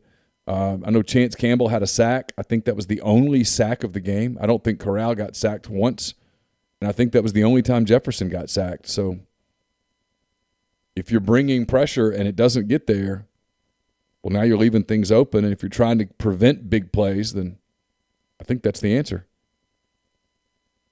I don't think it's a hell of a lot more complicated than that. All right, I'm going to put the phone number back up. I can find it. It's 662-259-0991. 662-259-0991. Looking for it here. There it is. I'll put that up. 17-3. Georgia leads Auburn at the half. And we're watching Penn State and Iowa in here. It's Penn State 17, Iowa 10, 5:46 to go. In the second, Iowa just forced a Penn State punt, so they've got the football. And back to the phones. Let's see who we have. Hey, who do we have? Hey, who's this? Yeah, who's this? This is Patrick Timoney. Just wanted to say, I said I'd take the loss because I took the kiddos to the pumpkin patch today, and I was regretting that decision as Arkansas went for 2, but feel vindicated. So great win for the guys. Super happy with where we are with Lane Kiffin in his second year from where we were, and hopefully we'll get after it in Tennessee next week. Yeah, thanks for the call. How was the pumpkin patch? It was good. It was good. My kid's 2 now, so he had a lot of fun. Oh, good. My youngest is 7 weeks or 8 weeks, so she is probably not at pumpkin patch age. Probably but not. The pumpkin patch does not affect Ole Miss football, and so in the future I will not have to complain as much when it is scheduled on an Ole Miss football date. Well, Patrick, thanks for the call. And have a great weekend, man. Thanks, guys. Take care. Bye. He did kind of sound like Ben Mintz. No. I saw Ben did not do well in his most recent poker thing. He was back into it today or tomorrow. Is that right? Yeah, jumping back in. Yeah, still out in Vegas. Yeah, and he was big on Ole Miss minus a bunch of points today. He actually did it in a parlay where he laid 12.5, and that didn't go well. Yeah. Wow. Yeah, when I saw that, I was like, boy, I don't know. No, the Hawks got a cover today. Yeah, that was a cover. They got a cover. Yeah. Hey, who do we have? Hey, this is Land, like the ground, Land. It's a weird Land. one, but it's the one I got. How's it going? It's good. A lot better than it was about an hour and a half ago. I was watching the game with my dad, and telling you there were a lot of moments where I was like, you know what? Probably ought to just head upstairs and see how I kind of feel how this one's going to end. But first time, I think, in my lifetime, it didn't end the way that I expected it to, and that was Ole Miss actually won. So that's always nice, to be a little bit surprised in a pleasant way. I mean, you knew it was going to come down to one play, and I understand why Ole Miss fans are traumatized by that series. How close? I get it. I know it's a second. I mean, don't dub me here, but how close was it to going zeros on the second to last play? Super close. Like it could have ticked or not, or did it barely go from 2 to 1? I think they would have reviewed it, and they would have had to put a second back on. Yeah, I had no idea. I kind of thought they would show that just for production's sake. I think they got it right. Yeah. No. Yeah. It's cool. Just curious. So my question, and this is as I look at, I've seen some pretty great quarterbacks. I've seen some really bad quarterbacks for Ole Miss. Nate Stanley, obviously being the bottom of that, and then you got guys like Chad Kelly, and Matt. I think kind of has that same attitude that Chad has. Chad. I always think of that touchdown at Alabama where he kind of jumped up, got pushed in the end zone, and kind of that I'm going to get this first down mentality. I feel like Matt's got the same. But you obviously think, all right, Matt's days in Oxford are numbered. Probably going pro here in the next couple of weeks. But do you see a guy in the Ole Miss quarterback room that kind of steps up and takes that role after, or do you feel like that's somebody? I know Lane was out in L.A. Scaring everybody with the whole USC stuff, but really looking at quarterbacks. I know you guys are saying that there's a USC commit that might flip, but do you think that the next quarterback at Ole Miss is in Oxford right now, or is this somebody that we may have to get via the transfer portal or maybe recruiting? What do y'all think on that? My guess today is that a person starts at quarterback next year who is not currently on the roster. Agreed. That's my guess. Agreed. Has Altmaier just not really come along? I know he's kind of been battling injury too, and is it just I know they thought highly of him coming in, but is he just kind of not really panned out as well? I know it's way too early to completely give up on Luke. I mean, he's in year 1. I mean, I think we get caught up in this instant gratification thing. You either play immediately or you don't. So, I mean, if Altmaier really took a jump, I wouldn't be surprised, but I think he's competing with somebody who is not not currently here. I just think that my hunch says that Lane does not put all the eggs in baskets of people who are currently on the roster, that they look into the portal with guys who are not overly happy at their current spot, or a coach leaves or does something or another at that point. Awesome. Well, thanks, guys. I appreciate it. Y'all keep up the good work. Thanks, Land. Yeah. What are we doing? It's 3rd and 10 and frustrated. This is Big Ten football. Hey, watch it. No slanders allowed. I mean, Georgia kind of plays Big Ten football. Well, a lot of Big Ten football, just with fast guys. Kirk Ferentz says, God, I wish. Hey, who do we have? Dan and Fulton. Hey, Dan. How y'all doing today? Oh, lovely. Good. Blistered. Was it hot? I bet. I've got a question. Okay. I couldn't tell. On the 2-point play, they called a penalty on Arkansas for something. Do you know what they called? Yeah, it was a legal man downfield. Ineligible receiver downfield. Yeah. The play took too long to develop, and one of the linemen, was in the end zone. It was very similar to the call. I looked out there, and Lane was on his knees in front of the flag, and the players were running on, and then when they made the announcement, there's no way of hearing because we were going nuts, thinking it was over. Yeah, no, it was. And again, I kind of thought the game was really well officiated. It was fine today. I did. I mean, I'm not tired right now. It's not an 8:00 kick. I feel good. Hanging out. I like 11 o'clock kicks. I'm in. Can you imagine if that game had been at 8 o'clock? Oh, dude. I mean. Dude. I mean. Yeah. Does the winner of this get in, you think? Or does Ohio State win the thing still and it gets funky and weird? I'm tired of Ohio State. It's time for somebody else to do it. But I don't want it to be Penn State. I'd rather it be Ohio State than Penn State. I'm not a Franklin guy. That's I mean, obviously I didn't forget he was there, but that was not crossing my mind today. That's a pick. Yes, sir. Let's go. Headed back the other way. Oh, God. What happened? He just blew his knee out, I think. Did he really? After the pick? I hope it's not, but he non-contact just went down. Oh, man, that sucks. Was that the guy that got the interception? Yeah. Yeah, he jumped up, went to celebrate, and went straight down to the ground. Hello? Hey, who do we have? I was calling in on for the radio show. Yeah, you're here. What's up? Who do we have? Yeah, this is Norm from Brookhaven. Hey, Norm. Hey, I was watching the game. One thing that is really irritating is those pick plays. There was, I think, 3 or 4 pick plays. One time, the Arkansas guy, he reached around and grabbed our defender, and it was obvious. So I don't know if they can do anything with these calling these pick plays. They allow a certain. I mean, you got to kind of make it look like it's not intentional, but they're probably not going to call the ones where they're schemed correctly. I guess is probably the way to put it. Where it's actually run into the scheme, they make them legal. I mean, I completely get the frustration, and they probably should be called more aggressively than they are. But it's one of those deals where I almost feel like they sort of they let it go on purpose for whatever reason I'm not aware of. Hey, turn your device down so you can hear. Okay. Yeah, I can hear. Okay. Yeah, there's a delay on your device, so it's impossible to have a conversation. Okay.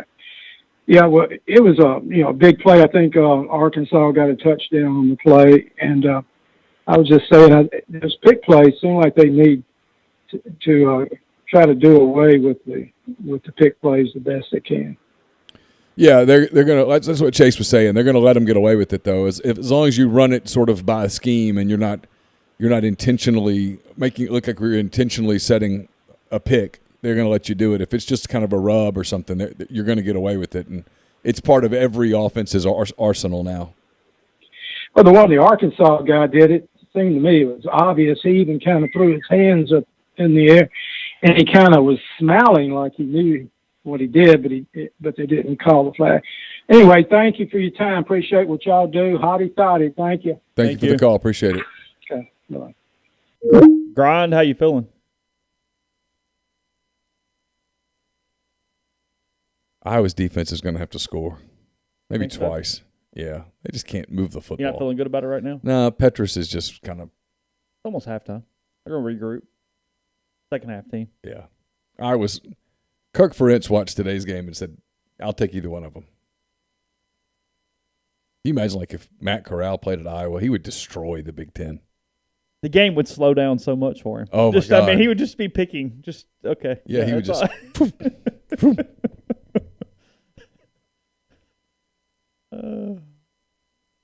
Although he wouldn't have to play at Iowa, he'll probably wear a Steeler uniform, so he'll get to kind of wear an Iowa uniform. Okay.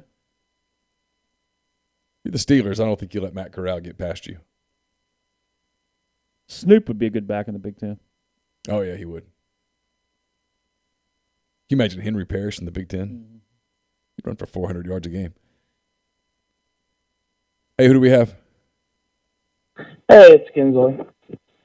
Hey, Kinsley. Yeah, what's next year look like?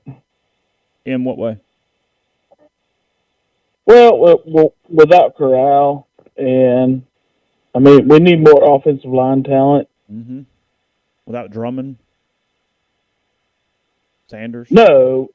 Well, yeah, but I mean, it's more than that. It's, I mean, we don't have a guy in the backfield who can make things happen like Corral can.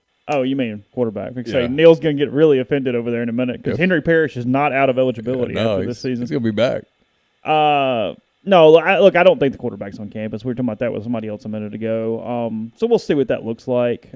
The offensive line is where I look at who they're losing and him having a hard time trying to find all the replacements. I mean, guys are going to have to take big jumps. I think obviously Corral, that's a free space. Guys like Cedric Melton's going to have to play. Guys like that. Like Eli Acker's got to take that step. Colquitt. Kids like that are going to have to step in and play. Just Reese McIntyre take a step. I mean, it's that right now.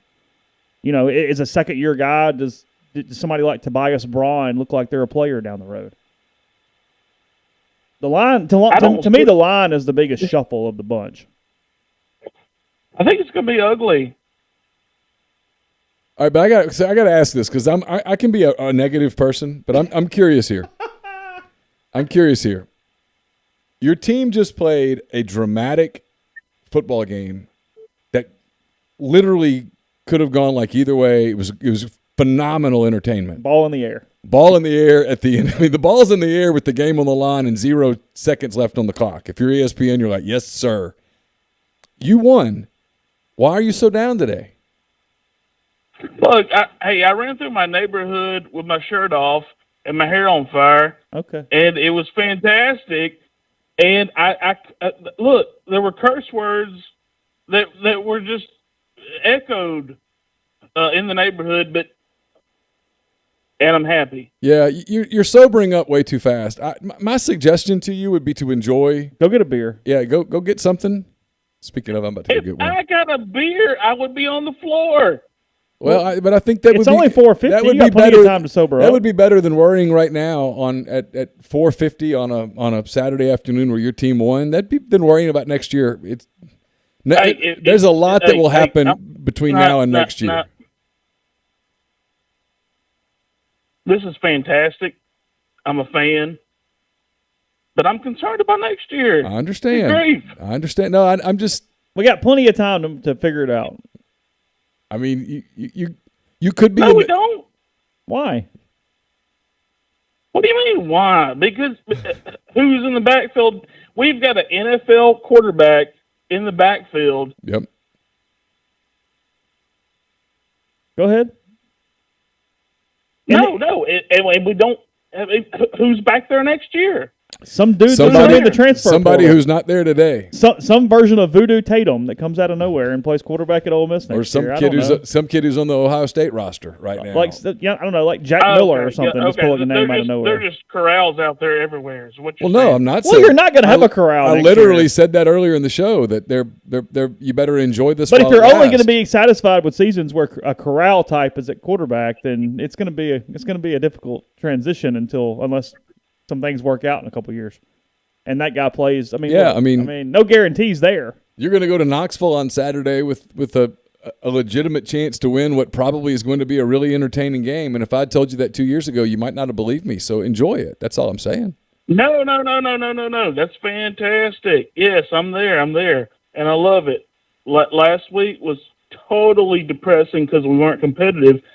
The rest of the year looks very optimistic because of how we played today. Yeah. But the offensive line too. Who do we have? They're gonna. Well, we just got through talking about that. Hey, listen, we're going to get to another call. Thanks. I mean, this is new college football.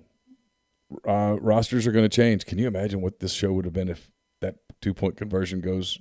I don't want. I don't even think I don't think we'd be doing it.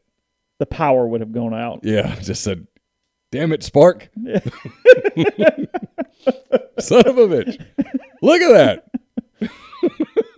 I literally was thinking to myself, if they score and go for 2 and get it, when there was 1 second on the clock, you think I could just call the people at walk-ons and be like, "Hey, look, we'll figure out a way to make this up to you." I think Voodoo Tatum got some team on probation in college. You're going to have to fill me in on who Voodoo Tatum is. The Friday Night Lights character. The quarterback. Voodoo. Voodoo. Yeah. Oh, yeah, probably so. You think he went to LSU and created all sorts of havoc down there? Yeah, had like a Ryan Perilou experience. Oh.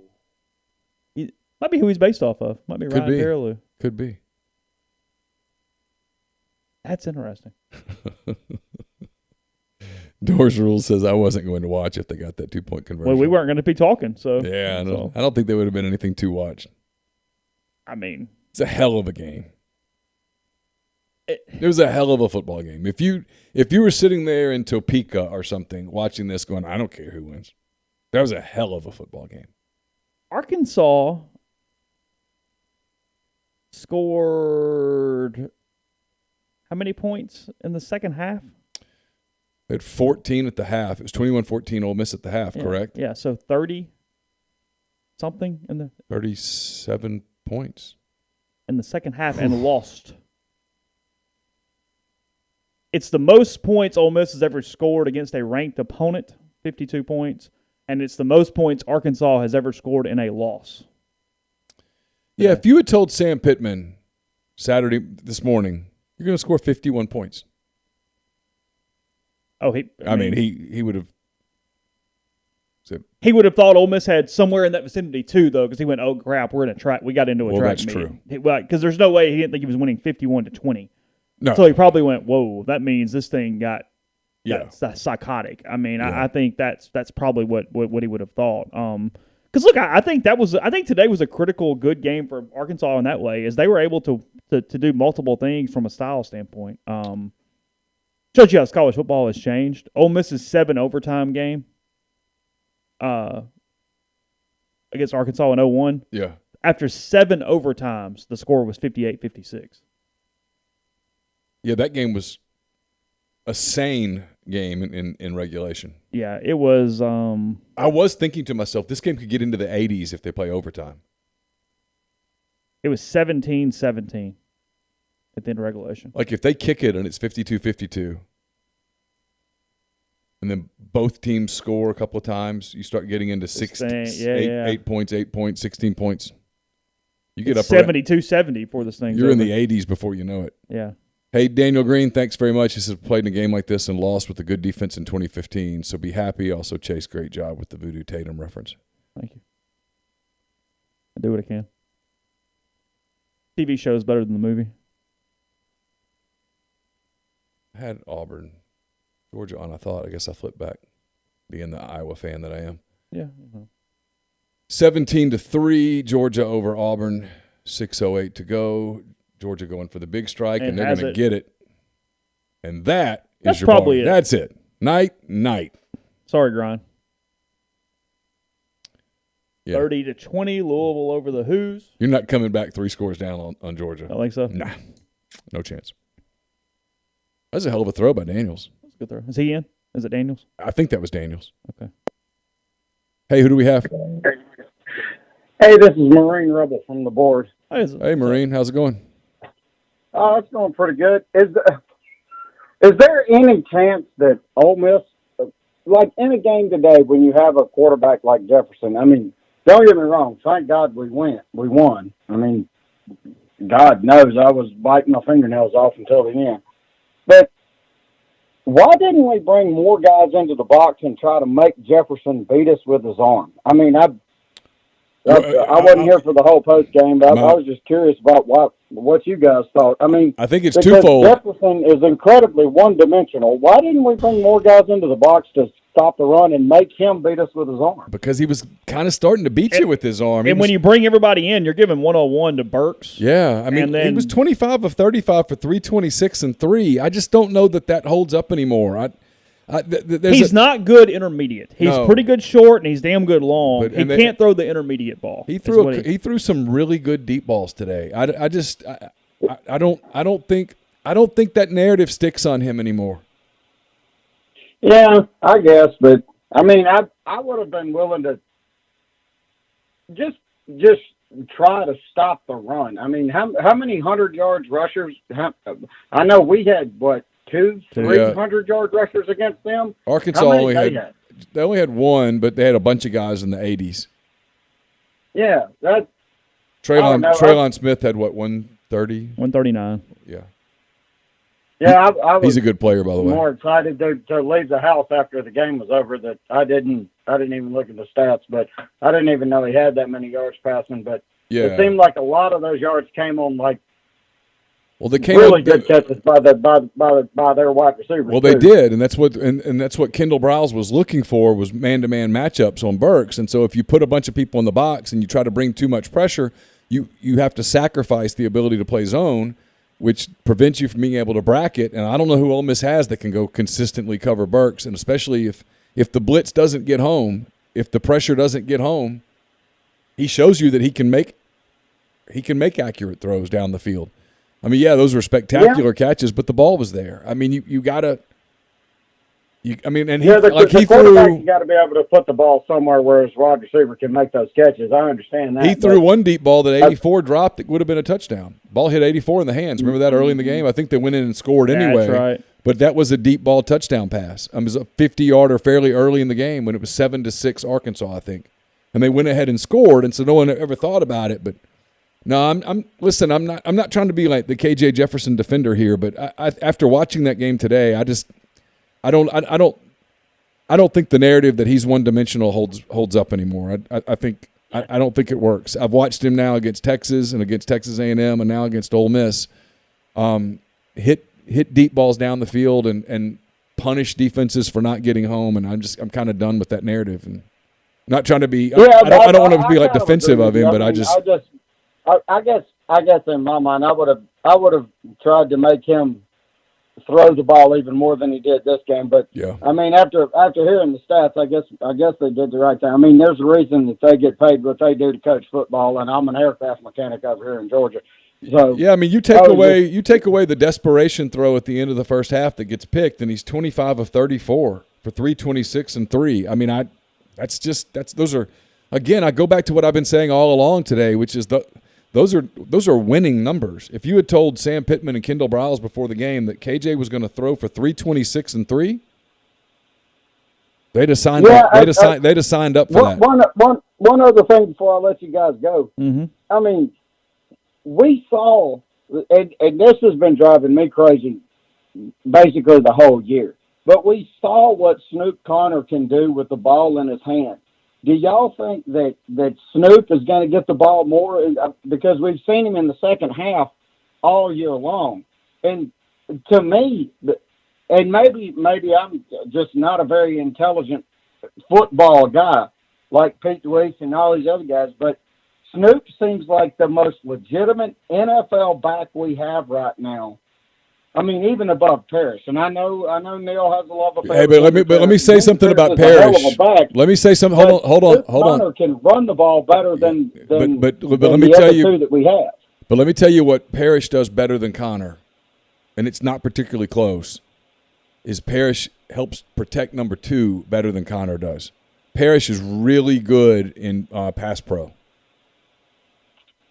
And that's a big. Okay, I guess I get caught up in the numbers. That's a big part of their offense. Yeah, Connor, but Connor's a really good back. But I'm telling you, in terms of being and this isn't me with the whole Parrish thing. This is watching football. His ability to step up and take on a linebacker or a safety or someone when they bring them it's really strong.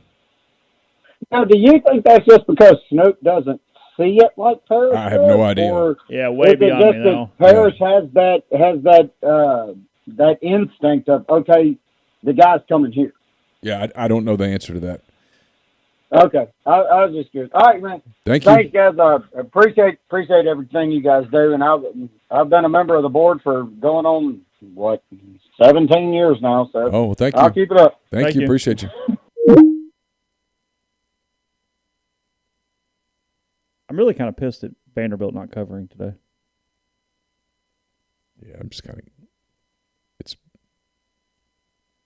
I mean, what do you do in that? It's 39. I can't. My picks are awful. Nobody picked Auburn to cover. No, I got that one right. I ended up Oklahoma bailed me out there at the end. We all had Oklahoma. Yeah. Nobody had Texas. Yeah, whatever. I had Ole Miss covering. Did you? And for a minute, yeah, I thought for a minute I was going to get it. And then, you know the rest. When Sanders gets the touchdown pass, and they're going to cover. And then they didn't. They didn't. And then they didn't. Hey, I was 1 second. It was great until it wasn't. I was 1 second away from a cover. Where? 1 second from a cover. I'm sorry. At least now I have a lead to Neal's picks next week. 1 second. 1 second. 1 second. I need Mizzou to keep doing what they're doing. Just rolling North Texas. Hey, who do we have? Hey, who's this? Hey, this is Corey from Amory, Mississippi. Hey, Corey. I know a Corey in Amory. Hey, if you're ever in Amory, I highly suggest you call Clark Ford. There's a car guy there. Just ask for a quote. He'll get back to you within 15 minutes. You remember In business hours, yeah. Sorry, Corey. You mentioned we talked about DeAndre Torrey the other day for North Texas, about how he's going to run all over Mizzou because how bad their run defense was. Yeah. He's only averaging 2.5 yards per carry. What's the score in that game? 31-7 Tigers. What was the line? 20 and a half? Yeah. Yeah. Screw it. Looking good right now. No. What's up, Corey? Did you go to the game? Nothing. We went to the game, and we went back to Amory to take a shower. Now we're going back to the house I can't live in to eat dinner. So we've gone past the house I can't live in. Now we're going back to the house that I can't live in yet, and we're going to eat dinner. How was the game? You can live in it, but you just can't sleep in it, correct? Can't sleep in it, correct. Right. There's rules. There's rules. They're in place for a reason, and I agree with those rules. Okay. It's beneficial to everybody involved. But my son's with me, and he thinks that the guy's real. Ross? Bud, for sure. It's not Bud, though. What's his name? Brad? Brad. He thinks Brad's real? He's 10 out of 10. I mean, Ross is all in. I love Brad. He wants Brad to call back in, is what he said. Well, I mean, we had the wife call in, and she sounded pretty believable, honestly. Yeah. Oh, when was this? I done missed all this. When was this? It was last Thursday or Saturday? I thought it was last Saturday. Okay, maybe it was. Yeah, she called in, said she was out in the car. Brad did not know she was calling, but she just wanted to tell us that she was alive and well, and that she was defending the fact that he left her on the sectional all night to sleep. Oh man, see, we got just skull drug, and I'm just gonna be honest with y'all. I don't know what y'all's numbers are. I know what y'all's number is on my phone, YouTube, after a 42-21 loss. I didn't even cut it on, and I know that's bad. And I'm a sponsor, so I guess I have some equity, and I can say I didn't want to talk about it, hear about it, nothing. Just wanted Sunday to get through and come to Monday. Well, imagine what we were thinking when they lined up for a 2-point conversion, Corey. So, well, it was fun today. I don't know that was my serious portion of my phone call. I think that was like the post-COVID most game day fun environment I've been in. Now, we won, and that helped, but that crowd got pretty loud when it needed to. I don't think it helped us stop Arkansas at all, but they got loud. We got loud. I had a pleasant afternoon, and it was great to be there. Great to have it opened up, and sure glad we got the win. I was sitting behind a buddy of mine that I hadn't seen in about 20 years, and when Arkansas scored the next to last touchdown, I said they need to go for 2 here because they would tie us with an extra point, right? Yeah. And he said, no, they're going to go for it at the end of the game when they scored at the end. And dead on. Nailed it. He said, no, they're not going to do it right here. We're going to go score. They're going to come back. They're going to score with little or no time left on the clock and go for 2. That was I can't figure out. I was walking out of the stadium, had this conversation with Ole Miss fans and Arkansas fans. Why didn't they run the ball right there? I get that you. I don't know if I was down on like the second row. Did he like have a run pass option on that play? It didn't. I just watched the replay just then. And it didn't appear. It didn't appear so. It appeared that it was a design play to throw to Burks, and he threw it. Ole Miss A had it covered really well, and B, he threw it too high. Well, I literally, I think that Lane's all about analytics. I think if they handed the ball off to anybody in the backfield that is a running back for them, they had like a 75% chance of scoring right there. I would have been real tempted to run the ball. I would have been real tempted to put the ball on the right hash and go left with some sort of a stretch play that gave him the option to pull it and run too, because he's such a threat running the football. Yeah, and I was proud of that kid. He came back to basically his hometown. I know it's not his hometown, but basically his hometown. He showed out a little bit. He showed some stuff. He absolutely did. I would hate him if the score was 1 point the other way, but we won, so I'm proud of it. Yeah, no, I don't. I think that's more than fair. Look, he's a kid that really wanted to go to Ole Miss. He came. I remember one year he came day after day after day to the camp, day after day after day to the camp, and working out and working. Phil Longo didn't like him and didn't want to take him, and Arkansas offered him, and he went, and it's worked out. And I was telling somebody this morning, I'd heard a story about late last season. If you recall, Arkansas lost to Missouri, but they played a game kind of like this one in Columbia. And after that game, Kendall Briles supposedly told Sam Pittman, "Hey, we've got." They already had basically a deal with the transfer quarterback. They were going to bring one in, and Kendall Briles told Pittman, "I think we can win with this kid. Let's stay with him. Let's use that scholarship elsewhere." And they did. It had to. I'm sure he would prefer to have one more point on the board, but I'm sure he felt some vindication today. It wasn't against anybody on this staff because they weren't around, but I've said this in coffee, and I think I'm right, but it's not only that Ole Miss didn't offer him, State didn't offer him either, correct? Right, that is correct. State did not offer either, but he really wanted to go to Ole Miss. Yeah, and they didn't offer, and Arkansas did, and it was probably the only parting gift that Chad Morris left in Fayetteville, but it was a good one. Yeah. Well, so I was proud of the kid. I was sitting right behind the bench today on row 2.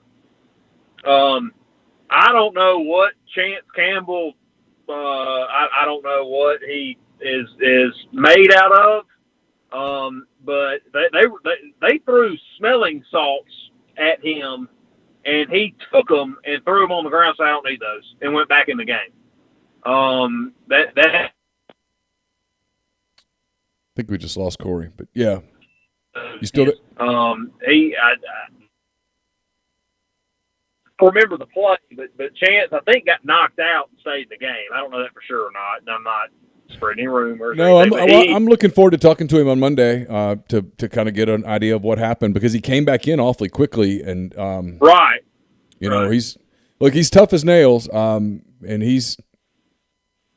Boy, what a great addition he was! Because without him, I don't even want to talk about it. Both to the Ole Miss football program and the MPW Digital Network. Yes, that's absolutely right. Hey, bud, have a great evening. Y'all have a good night. Later, bud. Bye.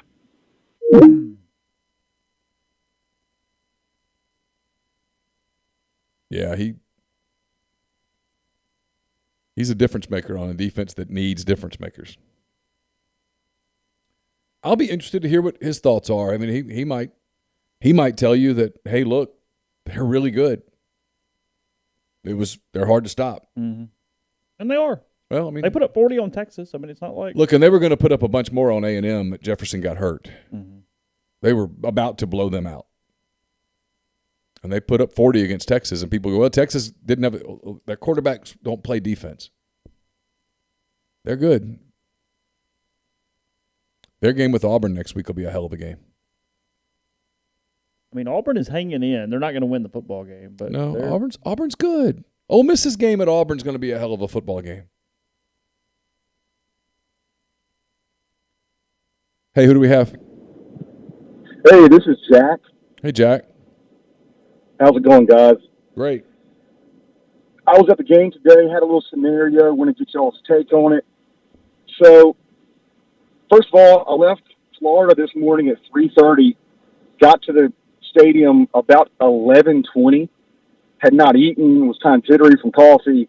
I get to my seat, it's already loud, and I don't even notice it at first, but I only have half a seat. So my seat number is 29. I can see like a little bit of the two peeking out, and that's about it, because there's 5 people to my right that have basically, shifted down a little bit. So in all the confusion, I'm just like, hey, can you else get down some? And immediately, one of the party of 5 goes, I'm sorry, but my husband's fat. And I go, what? I mean, I didn't understand the logic. I'm confused. And then they start pointing at the other rows, because I'm like, no, I don't. I mean, again, I couldn't get a sentence out. And then they start pointing at the other rows, like, well, see how they're numbered? You see how the other rows are numbered? I'm like, what? And then they start to imply that the numbers on the row aren't spread out far enough, and that they're actually sitting in the right spot. So again, there's confusion. I start getting a little louder, like, no, y'all need to scoot, whatever. Then I recognize that they've brought in these gigantic stadium chairs. That's the issue. They're not. They don't have the regulation you can rent from the vault, And so I was trying to think of a good solution of how, because this is probably going to happen the next game. I mean, I was squished because the whole row was there. I mean, I have a few ideas, like not showering or coming in smelling like absolute whiskey nightmare. Maybe selling my tickets to some people that I'm pretty sure, based on how they were kind of acting, that they probably wouldn't want to sit next to. Going to security saying, man, these guys won't quit saying the South will rise again. Like they're like muttering it to themselves. It's like getting annoyed. That's a thought. You got any ideas? That's a really good thought. Plant some seeds where they're being watched. Yeah. Oh. You could say that there's certain cards you can play. You can get them run. Yeah, you can get them run. Or get them at least. Yeah.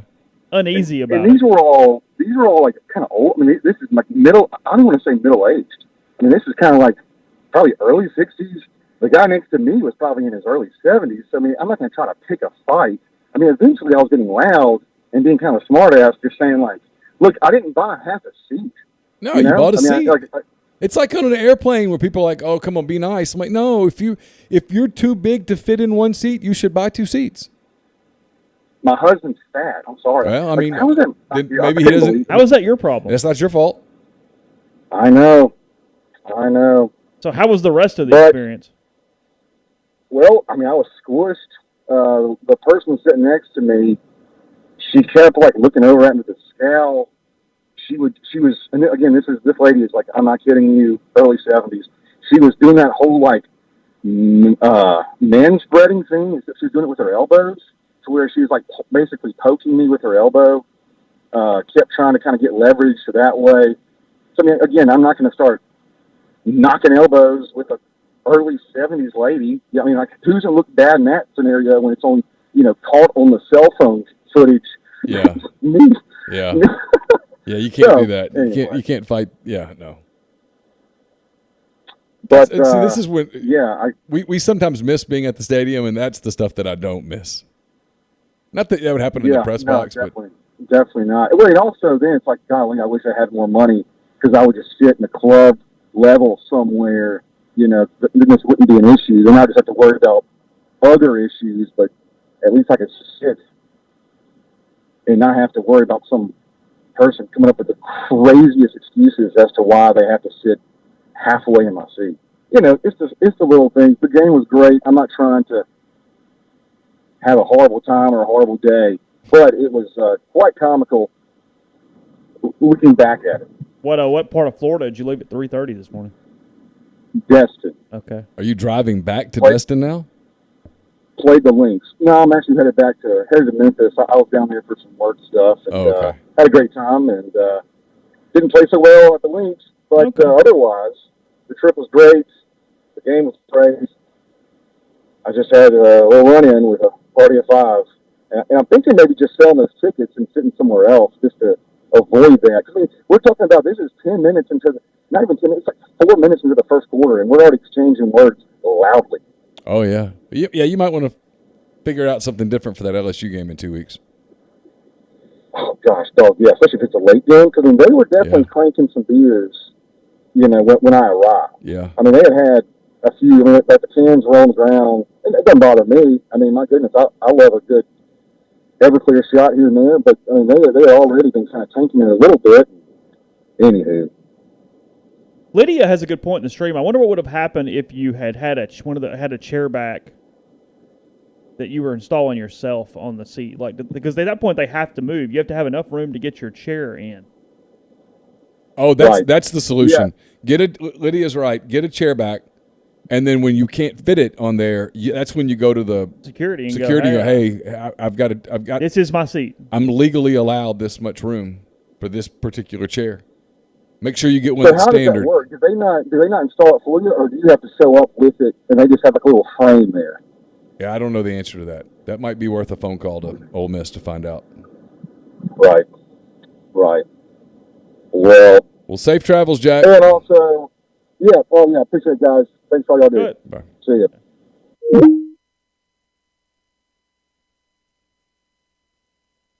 It's funny, 4 or 5 calls at once, and then it'll die for a minute. Makes me wonder if it's not. I don't know what that is.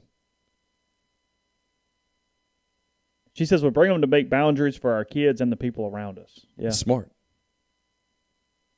Yeah, that's a good move. Yeah, that's good. Have we addressed the 4th down on Ole Miss's own 30 that didn't work? We really haven't talked about it. We talked about it in here when it happened because I said I thought it was dumb. I would not have gone for it there. That's to me, that wasn't analytics, that was ego. But it's possible that was Lane Kiffin saying, "Hey, we can't stop them." Hey, who do we have? Hey, this is Steve from Greenville. Hey, Steve, what's up? Hey, are we going to hear this week about good Bo, bad Bo from Auburn? I don't know. They seem to get called out on that when they do it, so I doubt it. How's he been today? Okay. He's played Georgia. Yeah. Okay, fair enough. It fits. All right, bye. Price, thank you for the super chat. He says, I know it probably sounds crazy, but should Sanders have taken an E at the 5 on that last long pass? Taken an E 3 times and kicked the game-winning field goal? No. Oh. No, you score. Because what if you fumble a snap? What if you miss the kick? Is that more likely than stopping them? You had 1:07. I'm not. Well, okay, and they scored. It's true. I mean, I don't hate it, honestly. Yeah, I do. Hey, who do we have? You hate it? Yeah. Why? Hey guys, it's Casey from Beverly. How y'all? We're good. How are you? y'all, man? Doing great. Just driving back to Jackson after that good dog. Definitely won, but I lost some sanity over. Just need to get a couple of things off my chest. Just want to, first of all, be the hand-up guy. I was all out on Orlando Umana this week. I bashed him on the board pretty bad. Just want to hand up because, you know, when we had some replacements playing, you know, and I was there was definitely a couple of plays where he was directing some traffic, and he's a dog, man. He'll get in there and he'll fight and protect the quarterback like really any offensive lineman should do. And I thought that he played a pivotal role today. And I'm telling you, man, some of them holes, they showed a replay from behind on one of Snoop's long runs, and you know, I don't have a whole lot of speed, and I could have probably gotten 10 yards on that one. So, but first of all, I just want to get that off my chest. And the second thing, my question for y'all. So, I tend to believe that I have average football knowledge, but I might be a real idiot when I say this, so feel free to call me an idiot, okay? Okay. Looking at our defensive front, okay, the 3 down linemen, you know, a bunch of people have called in and suggested.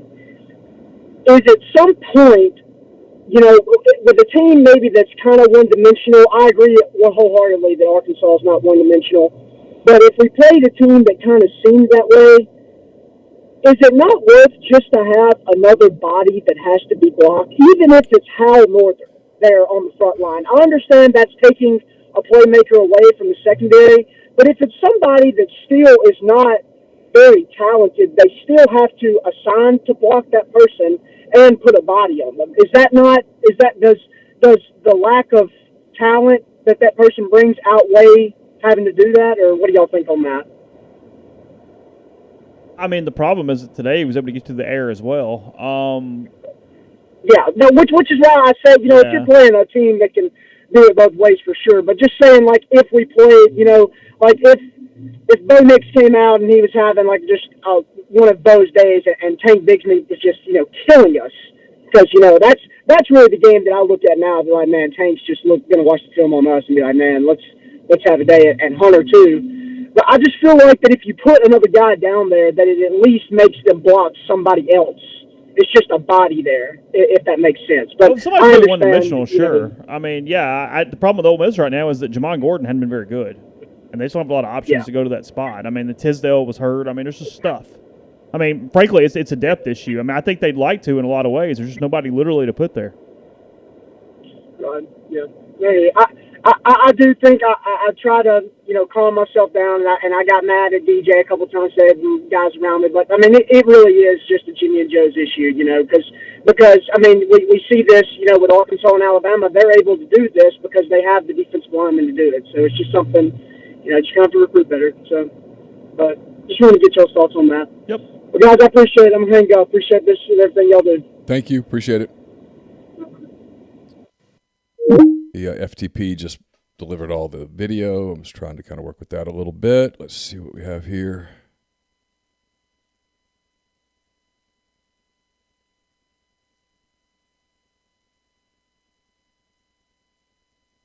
Okay, sorry. You're good. I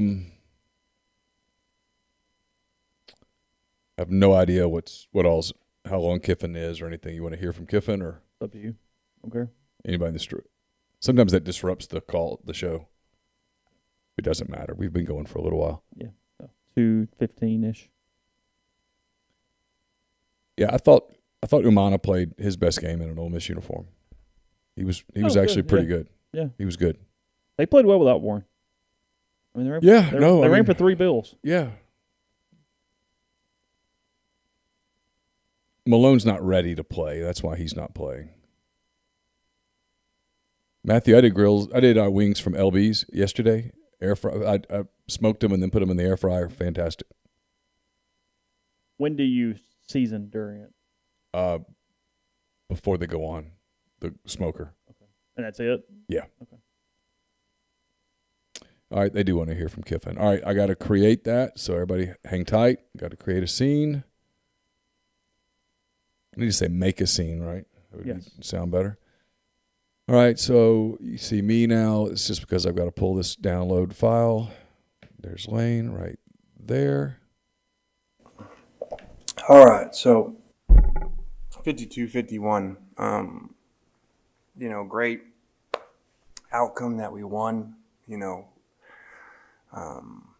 but also I tell it like it is, like you guys know, good, bad, and different. There is a process that you want to play well, and we did not. Obviously, in certain areas, had a chance to win the game on offense with 4 or 5 minutes left, and then obviously on defense. So, they went for 2. We stopped them on that. So, we stopped on 1 play in the second half, so that's a good thing at the right time. But, we got a lot of work to do. Obviously, there's some discouraging parts when, 676 yards you give up to an offense that didn't score last week. But, I think when you want a championship program, you don't sit here and say everything's great just because you win a game because 1 play goes your way. So there are some good things. Thought we played good first half defense. The quarterback, our theme was put everything you have into each play. He did that. He led by example because the guy put everything into every time he had the ball in his hands, almost rushed for 100 yards against a hard run defense. When you get hit by them, it hurts. It's not a finesse defense. Second best pass defense coming in the country. And, the guy had almost 400 yards total. So made some plays outside, which is what eventually when you keep running the ball happens. But you got to make plays out there. So I wouldn't have guessed this score. But it is what it is. We won, and we got a lot of work to do. But it's a lot better than having a lot of work to do and not winning and being on the other side with the last play going the other way. So hats off to them, too. Their quarterback played really physical, kept plays alive, and their good receiver, they chucked it up to him, and he went over us and got it a couple times. So good win.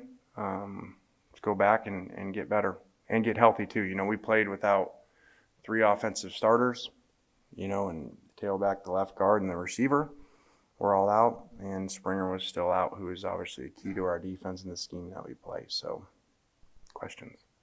In case it doesn't feel like it, we did win. Lane, how big do you think it was for Matt to, considering how he played against Arkansas last year, how big do you think it was for him to, kind of step up and play against them the way that he did this time around? And did you guys have any conversations this week to kind of talk about what he could improve on from the time that y'all met up last year at all? This wasn't about this week getting ready to play this defense. This was 12 months. So, when you get embarrassed like we did a year ago, at least me, offensively, we're going to try everything we can to figure out how to beat you. So that was 12 months of different unusual run game planning, double moves on the safeties versus certain splits and all this stuff that I think that's why you probably saw so much excitement in myself and him, during the game, because things were hitting that were schematical, things that we had worked on, and some of it was stuff that had never been run before against them that we just took an off season to say, all right, what if we did these things, and studied what hurt Iowa State, also in the Big 12 because similar defense. So, and that's where some of those runs that you saw, that's not in the passing game, that's those runs that you saw hitting, with Snoop, with different blocking schemes, and the backs did good, and you went from 12 months ago, a 7 turnover game and a fumbled snap on the 4th and 1, so basically 8 turnovers to none. And I'm sure, some people weren't happy when we didn't make the 4th down, but we made the other 4, so it's part of it. So I think that 4th down that ended up being a touchdown that was about a 4th and 4 was big because we'd already been stopping on the 4th down, and so it was kind of like, better make this one. So good job by the players picking that up and then turning it into 7 points. Lane, what do you say to the defense after they give up that touchdown right before the 2-point conversion? And just from your vantage point, what goes through your head? What do you see during a play like that that's do or die? Well, I think as you guys know, even in the post-game interview there on the field, you're going to get how it is. You're not going to get coach speak. So, you sit here and say rose to the occasion and all that. Well, they went right down the field. And, we got to make plays in those situations, against a younger quarterback like that. And, it was almost like everything just kept happening. We get a tackle, it's a horse collar. We stop the play, there's 1 second left, and then the guy kind of stops his route and then sneaks to the back of the end zone there and scores with 1 second left, Good play by him, after the initial part of the route was covered, and good play by the quarterback. So I'm usually a positive guy, but it was like, what else could go wrong? And then I see the flag. We stop him on the 2-point. Keith's running out there. I grab him, try to bring him back so he doesn't get us a penalty. Keith was ahead of me. He'd already knew it was lineman downfield. So,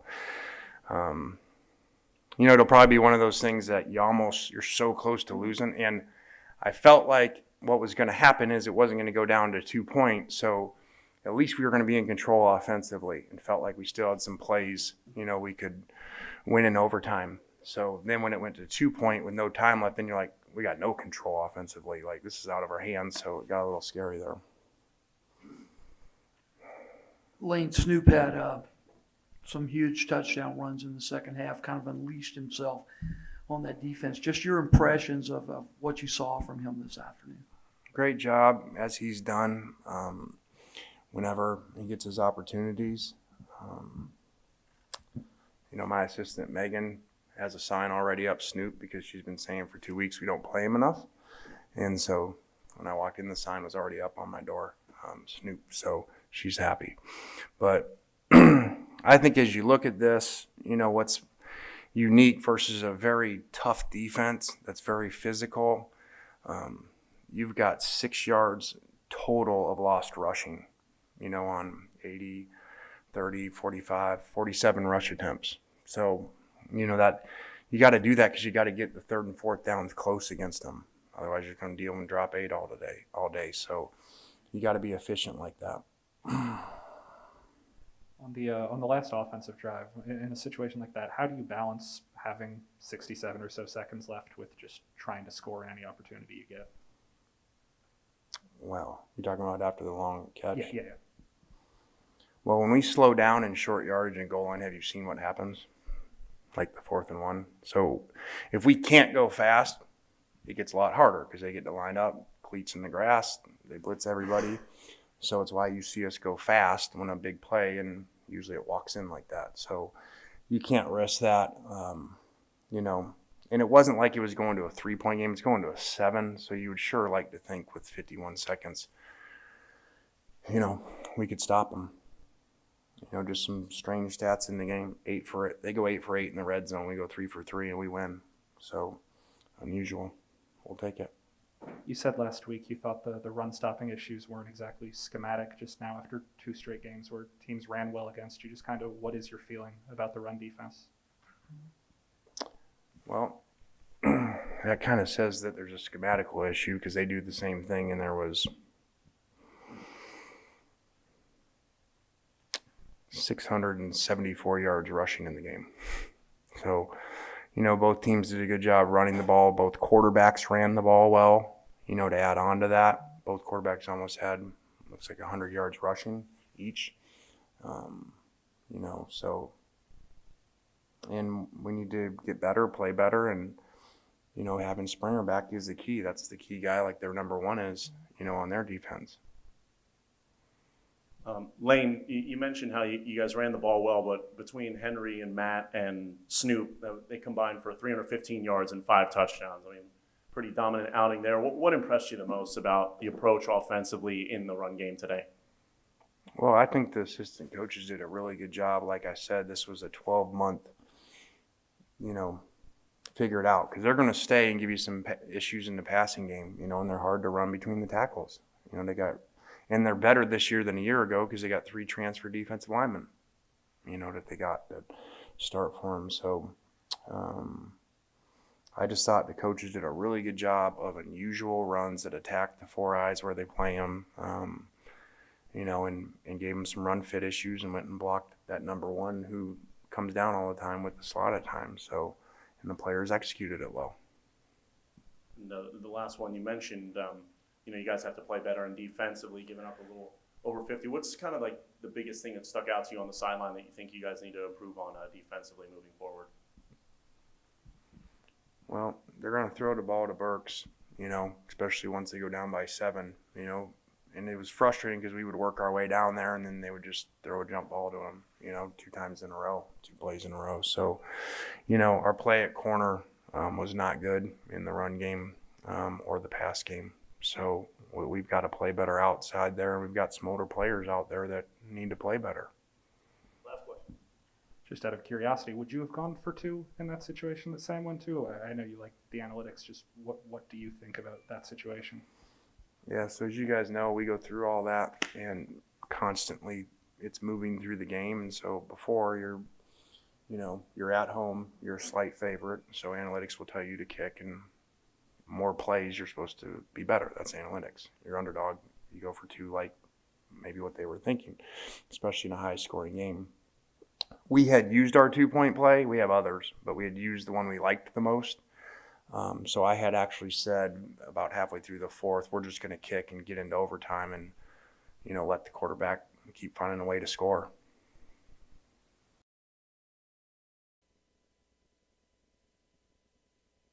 It's an interesting answer. That they would kick. They had used their play. Arkansas had not used their play, whatever. Yeah. Arkansas needs to go find a different play. Yeah, I don't like the play. I wouldn't like that to be my number 1 play. Which on Ole Miss's play, the initial purpose of it got busted up. Corral did it himself. He kind of ran through a blocker there toward a defender there toward the goal line. Yeah. He wanted to throw it, and then Arkansas actually defended that play pretty well. Mm-hmm. Yeah, I think everybody in the country says I'm glad we don't play Georgia. Yeah. Jaws. Georgia now up 34-10. So that is a cover right now for the Dogs if they hold on. What was that line, 14? 14 or 17, something like that. Yeah, something like that. Wake Forest is going to hold off a furious rally from Syracuse. Wake's going to be 6-0. Yeah, Wake's rolling. How about that? Let's see.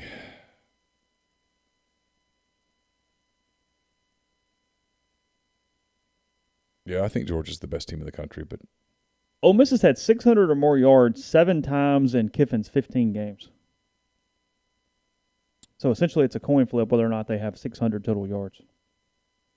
The Rebels had 16 such games in the program's 1,209 games prior to Kiffin. What did you read into what he said about defense? Getting frustrated? He's been frustrated, still frustrated, but the problem is he does not believe he has any type of depth or talent to fix it right now. I don't think he believes that it's schematic in any way. It just is what it is.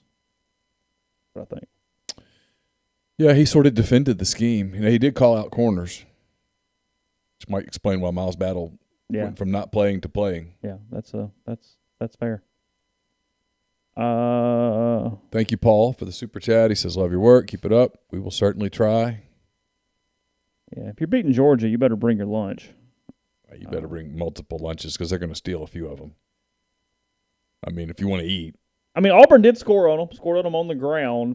Everything kind of got hemmed up inside, and they lost him around the corner. They were not looking for that after it initially got bottled up. Penn State 20, Iowa 10. 5 to go in the third. Yeah, we're running out of time.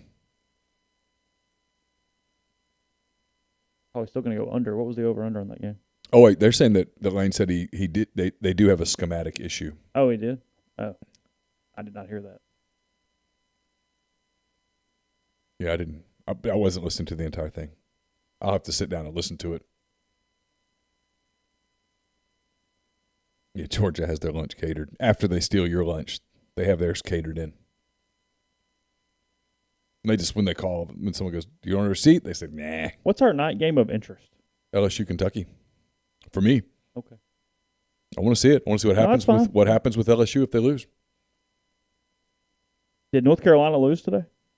Or they win? I don't know. Neal pointed out, William, they might have blitzed some. They just didn't get home. It just kept getting picked up. I know they brought at least 1 extra or 2 extras several times. I don't know how many times more than 5 came, though. They brought blitz. It just doesn't get anywhere. If you're going to slide. Oh, man, he's lucky he didn't get bad hurt. What happened? The quarterback for Iowa went to slide, but the slide was so bad that he got his leg folded up under him, and then he got hit anyway. Oh. So it was poor. It was a poor slide. Is that what you're saying? Yes.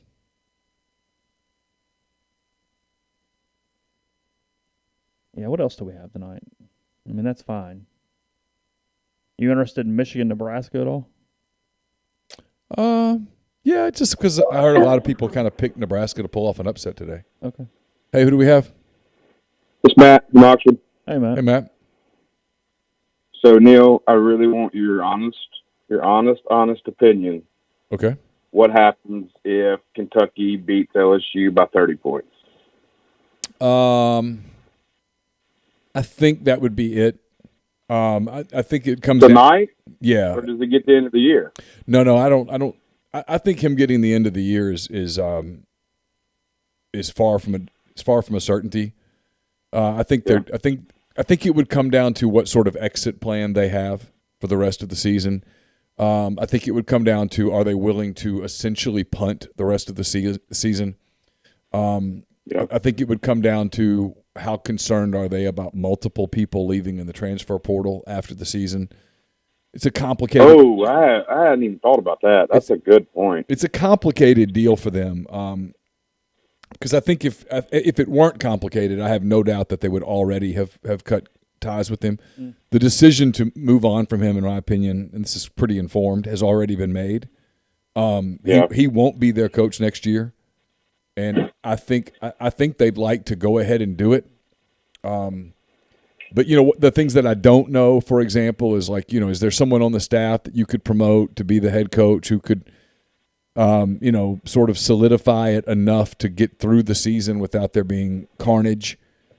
Is there somebody that you could bring in from outside who is respected? I mean, the easy name is Steve. Well, there's the one guy y'all keep talking about. Y'all keep bringing his name up. Well, it's Insminger, but Steve. Yeah. But Steve has to want to do it, and I don't know whether he would want to do it. And then, that was going to be my next question. Would he even want to? Yeah, and I don't know. He might. Yeah. But if they lose by 30. Or something like that. I don't know what choice they have. I mean, they want. Which I don't think they're going. I don't think they're going to lose by 30. But if they did, I'd like to play the what ifs. Yeah, no, they've got to. It's. Let's see. I've got their schedule in front of me. Thinking about like ticket gate and stuff. So they have Kentucky tonight, Florida next week at home, at Ole Miss, open date. I mean. That open date. The open date is the one that makes a ton of sense to just knock it out. Then they go. You get blown out by Florida at home. If he doesn't get, if tonight doesn't do it, if they lose next week, maybe he loses 3. If he loses 3 in a row here, you have to think he's fired at the bye week. Oh, they've got L's coming. If they lose tonight, they have L's coming. I mean, Florida's better than them. Ole Miss is better than them. Alabama, I don't have to even finish the sentence. Arkansas is better than them. Yeah, right. Arkansas is better than them. Well, guys, I'm not going to take up your time. Texas A&M might be better than them. Yeah. But hey, real quick, I want to tell you thank you for your content this week. While we've been in Memphis at Le Bonheur, and it's definitely kept me halfway sane. And so, y'all are awesome. Thank you for all you do. Hey, real quick, how's it going? Sitting here watching him play on his iPad and watch football with me all morning. He's good. That's awesome. He's good. He's a little sore when he gets up, but outside of that, he's pretty good. More concerned about his mama over the last 48 hours, but she seems to be doing good now too. Okay, good. Awesome. That's great to hear. All right, buddy. Enjoy the rest of your weekend if you can. Get some rest. Thanks, guys. Bye. Just saw a comeback. I didn't realize that. Virginia came back, knocked off Louisville 34-33. Oh, wow. Hey, who do we have? Hey, this is Andy. What's up, guys? Hey, Andy. How you doing? Doing good. How are y'all? Good. Lovely. Good. Just wanted to holler at Chase, see where my swag was. Which one? Which one was this? What are we talking about? 57. Oh yeah, 57's less than 60. Yeah, shoot me something, and we'll do something for that. Yeah, no problem. That's all good. No, it was fun, dude. Good tournament. Yeah, it's always good. fun. I knew we were short. I didn't know to what extent, but I knew it wasn't enough. Yeah, no. Great tournament. Just calling in to give you a little shit. All good. No problem. It was good. All right, bud. Y'all have a good day. All right, Thank you. See you.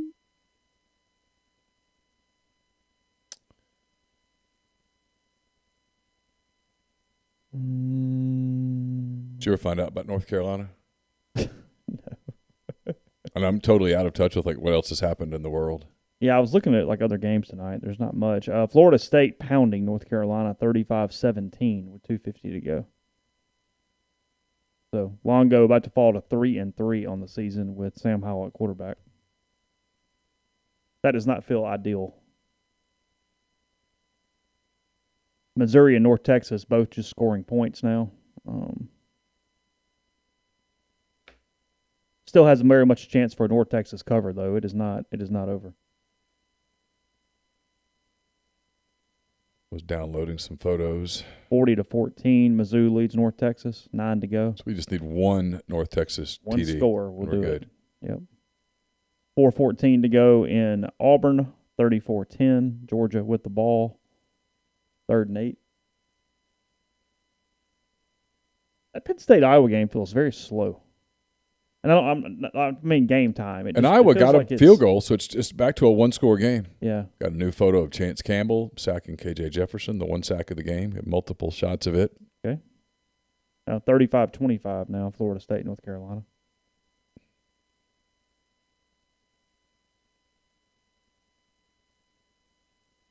All right, let's see. There's a call. Hey, who do we have? Hey, who's this? Hey, this is Dallas from Pillow Talk. Hey, Dallas. How are y'all doing tonight? Good. So I have a question. I've noticed, I know Ely didn't play this game. He didn't really play much against Alabama, but it seems like earlier in his career, when he would run the ball, he would run it with more authority. He would lower his shoulder and more welcome contact. But it seems like this year, I don't know if it's with his shoulder surgery in the offseason or whatever, he's not running with the same power that he usually did. And I was just wondering what y'all thought about that, why he wasn't doing it, or.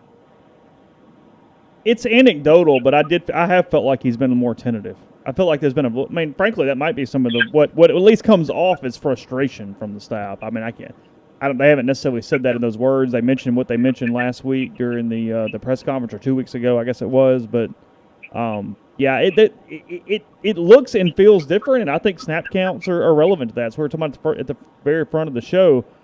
I know he was out this week because of the concussion, but even beyond that, he has not played a ton of snaps. He's not been part of their full every down game plan at all. Yeah, I just noticed Snoop and Henry, when they run, it's more, they welcome contact. Like they're looking to hit you in the mouth.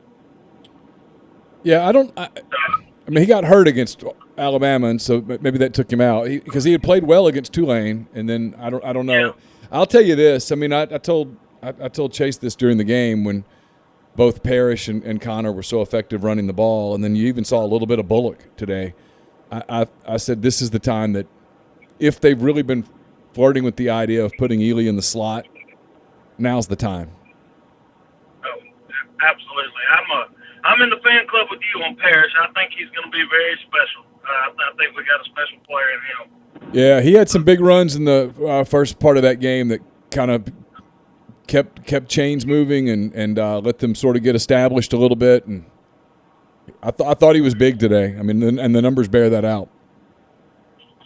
Yeah, well, I tell you what, I appreciate y'all show. I'm a mailman in Oxford, and getting around this traffic every day, listening to y'all makes it a whole lot easier. I appreciate it. I don't envy that at all. Mm-mm. Hey, yeah, I have the square route, so I'm around all of it. Oh, God, I bet. Yeah. Well, I appreciate it, guys, and y'all have a good night. Thank you. Thank you. Hey, who do we have? Hey, who's this? Hey. Hello? Hey, you're on. Hey, sorry, I'm playing a little bit of catch up on your guys' live stream, so maybe you've talked about this a little bit, but I was curious. I heard a lot of questioning the play call on the 2-point conversion, and I was more wondering, does the fact that there was an ineligible receiver or lineman downfield change your thought on what the play call actually was? So maybe it was like KJ Jefferson rolled out right, count to 3. If nothing's there, run it into the end zone. But maybe, they had the pass covered up pretty good initially, and then they covered up the run pretty good. So it was actually more on the defense than the play call? Let me see if I can find an answer to that, because I'd rather at this point than guess. I'd rather refer to, let's find what Sam Pittman said. Let's see. There's a story from Andrew Hutchinson just got put up on the site. Let's see if it's just video or if he said it. Let's see.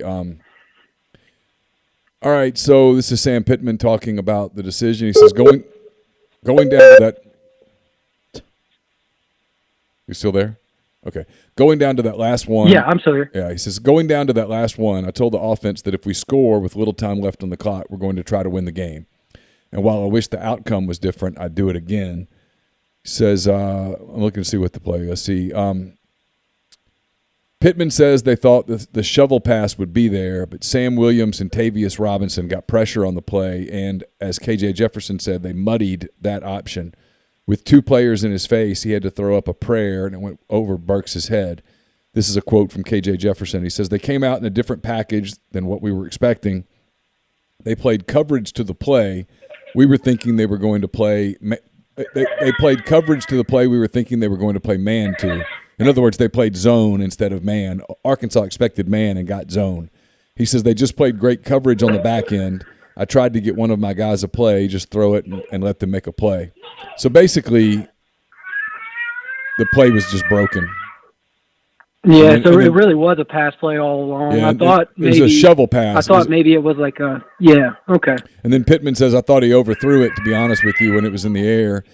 That's a different play. Never mind. We're talking about the play that tied that gave them a shot to win it.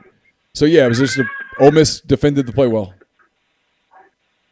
Got it. All right, thanks, guys. All right, thank you. Got a busy night ahead of him. Yeah. Someone screaming.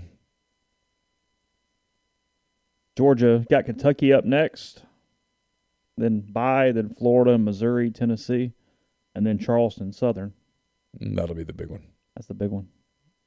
That'd be worse than Mercer and Alabama. They get Alabama at the end. We'll see. Twice. Yeah, twice. Syracuse with a heave. Well, that looked a lot of Mac's effort. That looked a little tougher on the throw than when Matt lets it go. That was not the same. 2 coaches who were just kind of straight up about it today. Pittman says we do it again. He says Ole Miss was just scoring. We were too, but they were scoring easily. We had to work for a little bit of ours, but theirs was coming in bunches and in a bunch of yards. So I thought that's what I wanted to do, and we just didn't convert it. Fair enough. Yeah. Fair enough. I mean, again, I go back to what I said 2 hours ago, which is if you're Sam Pittman, you've got an opportunity to win the game with Matt Corral standing on the sideline. One play, Matt Corral can do nothing about it. Go for it. Why did Georgia just threw a 50-yard pass with 30 seconds to go? I don't know whether Kirby's got something going on. I don't know. Maybe something happened in recruiting. They went for it on 4th down and threw a pass into the end zone. Maybe something's going on in recruiting. I don't know. TJ Finley in for Auburn here in the last 30 seconds. Yeah, come on. Don't do anything stupid. Does a touchdown still cover? Is it under 17? Yeah, it's 17.5. I'm almost positive. Seriously? Or is it 14.5? I don't know.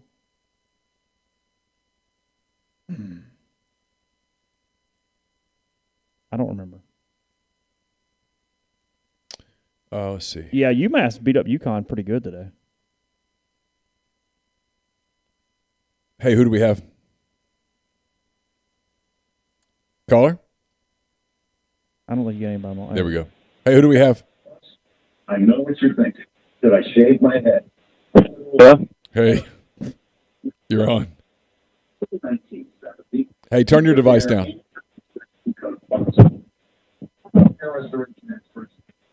Can you? Yeah, you're here. Who do we have?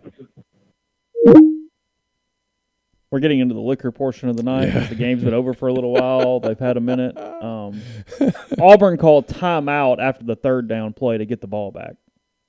And so they threw it. Yeah, so Georgia went for it on fourth down. So that was Kirby. That was middle finger across the sideline. Going, hey, we're trying to get out of here. We're letting you guys get out of here. Yeah. I don't blame him. Come on. Take your L and move on. Yeah, the whole we play to the end. Okay, great. That's here's your cookie. Yeah, exactly. That's not going to save you when Alabama and Georgia beat the hell out of you every year. Yeah. Just, sometimes. Okay. Covered. All right, fair. Whatever. Good enough. Need a little Hawkeye magic here soon. Oh, early fourth? We're into the fourth. Okay. By the way, my column, Chase's Observations, Walker's Notebook, all up at rebelgrove.com. I will upload all the video, put that up as well in a bit. Can't do that at the same time that I'm doing this. Oh, I thought he had a shot. No, it's 13-16 to go in the fourth and ticking. I'd like to see Wilder win, but I think Fury's going to win. So Ole Miss was 17th coming into the day. Where will they be at the end of the weekend? I'm pulling up scores. Top 25 scores about Ole Miss. BYU losing to Boise right now, 3:27 to go. Wake Forest is going to win. Penn State and Iowa, someone's going to lose, but no one's going to fall far. Auburn's going to fall out of the top 25. I think they're only moving up. If BYU wins 2 spots. Oklahoma beats Texas. So Oklahoma will survive at number 6. Ohio State at 7, won big. Michigan State at 11, won big. SMU beat Navy. Michigan has Nebraska tonight. Yeah, Michigan's tonight. Notre Dame plays Virginia Tech tonight. LSU plays Kentucky tonight. Kentucky is 1 spot ahead of Ole Miss in the polls. And that's Coastal Carolina won on and Thursday obviously night. Nothing from behind them is relevant. So. Cincinnati won on Friday night. Yeah, so they'll move up. 15, 14. 14, 15, yeah. Going to Knoxville. And if they could win at Tennessee, imagine what this place will be like in 2 weeks. Yeah. Be crazy. Larry Joe, thank you. He says, appreciate y'all. Thank you for not banning me here on the message board. I'd never thought about banning you. I've thought about a couple of people at times, but not you. Let's see. It was probably a pretty drunk night in Oxford, wouldn't you guess? The 11 o'clock game makes everybody a little sleepy, though. You gotta have like the lull and the rally a little bit off that 11 o'clock. The late game. night will be. Yeah. I'll be long gone by then. Yeah. So it will. Oh, what a play! Interesting. That was a hell of a punt. Iowa punts it down to the 1. Yeah, that was a hell of a punt. Kid made a hell of a play to down it right about the 1.5 yard line. So 11:58 to go in Iowa City. Penn State up 20-13. Yeah. Oh, we got a touchdown and a 2-point conversion with 20 seconds left here with Syracuse and Wake. Oh wow! All right, if I'm Syracuse, I go for 2 in the win. They are, or they were originally at least. Thank you to the regulator. That's very nice of you. Appreciate that. Yeah, we'll hang for a little while. That's where I'll be totally honest with people. At this point, you're going to have to help kind of carry the show because I'm out. We're out of. No, they're kicking. At this point. They're going to kick They are it. kicking? Yeah. Oh, they were originally going for 2. Is this a field goal? No, extra point. That's a field goal. No, it's extra point. No, it was Syracuse kicking. Oh, you're right. Yeah, they just lined it up on the hash. Oh. He chose to have it on the hash, I guess. Interesting. I don't know why. But I've never seen that. Yeah, I'm a big Bells guy. Oberon's not my favorite one, but I like Oberon a lot. I like the Two-Hearted Ale. I like a lot of Bells. I like the Bells Classic. Line Ole Miss minus 5.5. Tennessee? Yeah. That feels big. That feels big? I'm going to guess Ole Miss minus 3.5. Okay. You might be right. It might be even bigger than that. But Tennessee's been playing really well. Yeah. And Ole Miss is they gave up 676 yards of offense. Mm-hmm. And it's on the road. So Tennessee's going to get a 4 or 5 point bump on the road. I mean, at home. Syracuse won 11 plays, 94 yards in 2 minutes there to tie that thing up. Malone is not injured, but he's still coming off the injury. That's the thing. That ACL just takes a little while to fire. I was going to look at snaps, but that is not up yet. It will be up tonight or in the morning, so never mind on that. That'll be at rebelgrove.com at some point.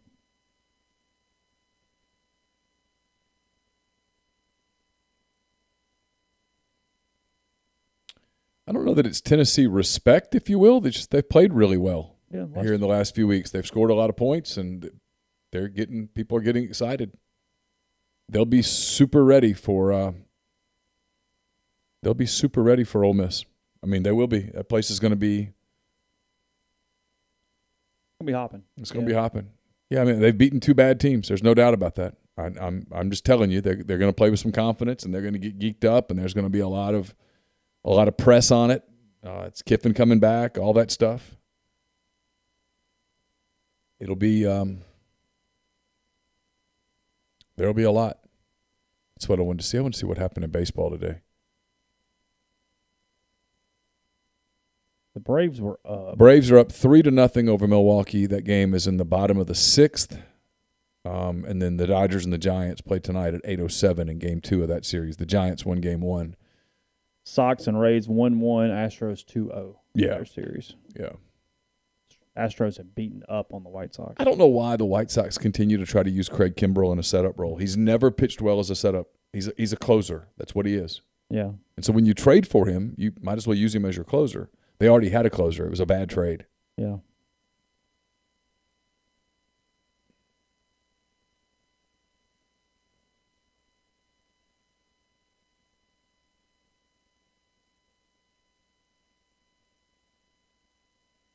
It's a weird spot for Penn State, right? Because you're almost afraid to try anything.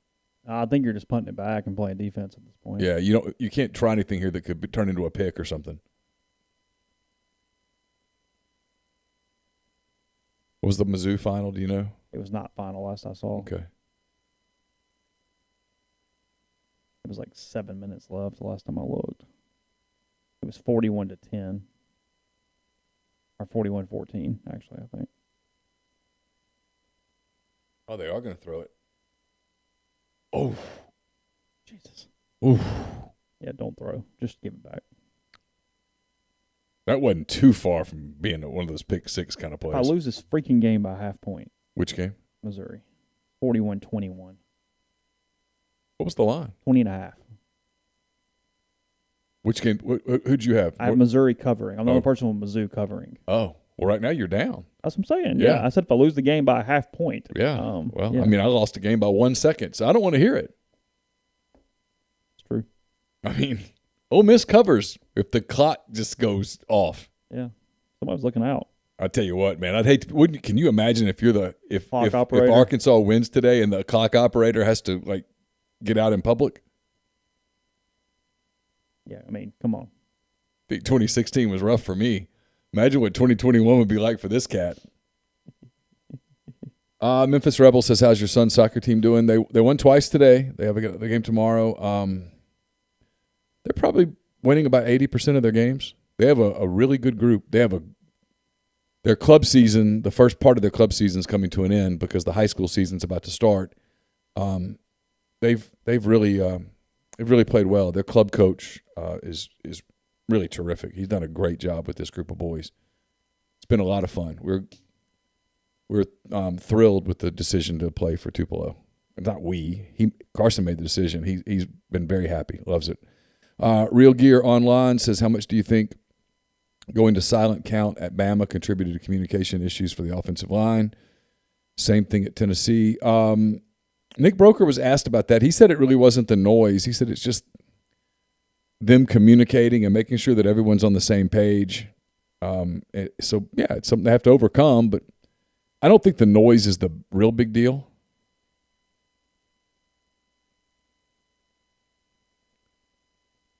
I think it's just guys they haven't played together a lot. You got to remember their starting center missed most of camp and is new to the program. Doris says, watch the replay. There was a guy who caught the ball, which might have kept the 1 second on the clock, like behind, I guess, in the end zone or whatever. Oh. Now that's interesting. Talk about that. The team loses. They said Richard Cross caught the ball. That's what someone says here. You got to get away from the Richard. I mean, I guess you start thinking at that point. I know. You just catch it, yeah. Let's ask him.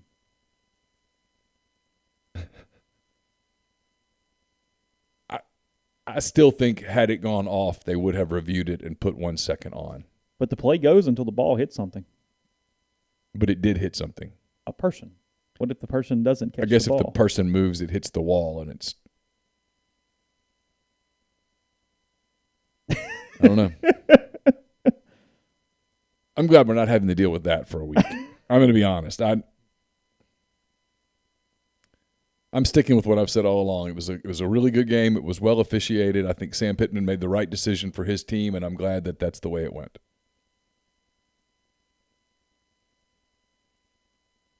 No, they're not going to. If they do, they should be criticized. Jesus. What? Kyle Tucker asking if Kentucky beats LSU tonight, will they storm the field? You stormed last week. You don't storm again. At some point, act like you've been here before. Well, it's a 500 team, too. Yeah, I mean. It's not 2019 LSU. He's like, well, it makes you 6-0. And what does that do for you? You're losing to Georgia next week. Yeah. I mean. So the moment that the ball hits Richard Cross's hands out of bounds, the clock stops. Is that correct? Yeah.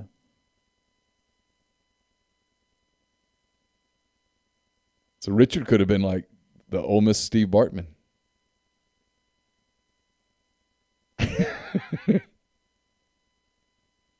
Crisis averted, man. Yeah. I'll protect his privacy. Yeah. He say something? Yeah.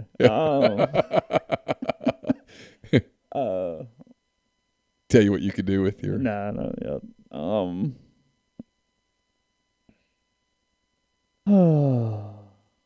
Okay, North Texas definitely going to cover. They're now 41-28. So it would take 2 scores from this point for Missouri the Tigers. Is so bad on defense. Yeah, it would take 2 scores for them to cover. 6:43 to go in Columbia. Oh, get down! Thank God. Run the route, son. This Iowa fandom is hard, man. It's emotional. Like you're just trying to will the offense to do something, anything.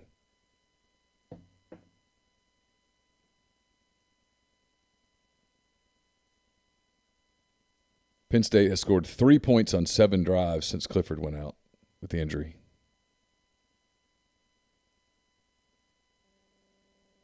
It's not – Paul's asking if the time is challengeable. They would have reviewed it. Oh, yes. Go. Go. Don't fall because you'll never score. To the 8. Yeah.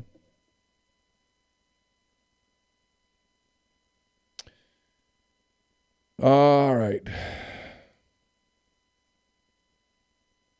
It's kind of last call here. Yeah. I have nothing else. I'm done. 3 hours. I have nothing more to possibly say. I'll load all the video. They have the Arkansas video. All the stuff from Ole Miss. I think Ole Miss had it was Lane, Corral, Snoop, and somebody else. Chance Campbell. Okay. Yeah. And then on Monday we will get rolling again. Tennessee. Ole Miss and Tennessee. I'll have 10 weekend thoughts up. Tomorrow it will either be up early before I leave for Tupelo to go watch Carson play, or it'll be up late. I'm going to try for early so that I can come home and chill, but it might very well be late. And then we'll have the Oxford Exxon podcast Monday morning. We'll have all the Monday content that you're gotten used to, a notebook, what he said, what he meant. What else will we have? On Monday, that's it, and then that's about it. Yeah, and then we'll start rolling. A visit with Chance Campbell. I knew that was something else. Okay. I'll talk to Chance, put that up on Monday as well. That'll be an interesting conversation. He had an eventful day. His first SEC home games, one he won't ever forget. Sure. I remember that for a long time. Okay, so everyone, thanks for all the calls. Thanks for the super chats. Thanks to Brian Rippy for being a part of the show. 3rd and goal from the 10. It might as well be the other 50. I'll be all right. Yeah. At this point, you just try to get the field goal, right? Get a field goal and try to get another score. Yeah. All right, so we'll be back with you on Monday. Don't forget, this is brought to you by Walk-Ons. It's open in Ridgeland. If you are in the Jackson area, you're looking for a place to go tonight, be a fantastic place. It's right there on Highland Colony Parkway, and the one in Oxford when you're coming up in November. Please, when you get here in November, when Walk-Ons opens, make sure that you stop in and tell them how much you appreciate them sponsoring our pregame show, our postgame show. It's a lot of content, and they've made it possible. So until Monday, take care.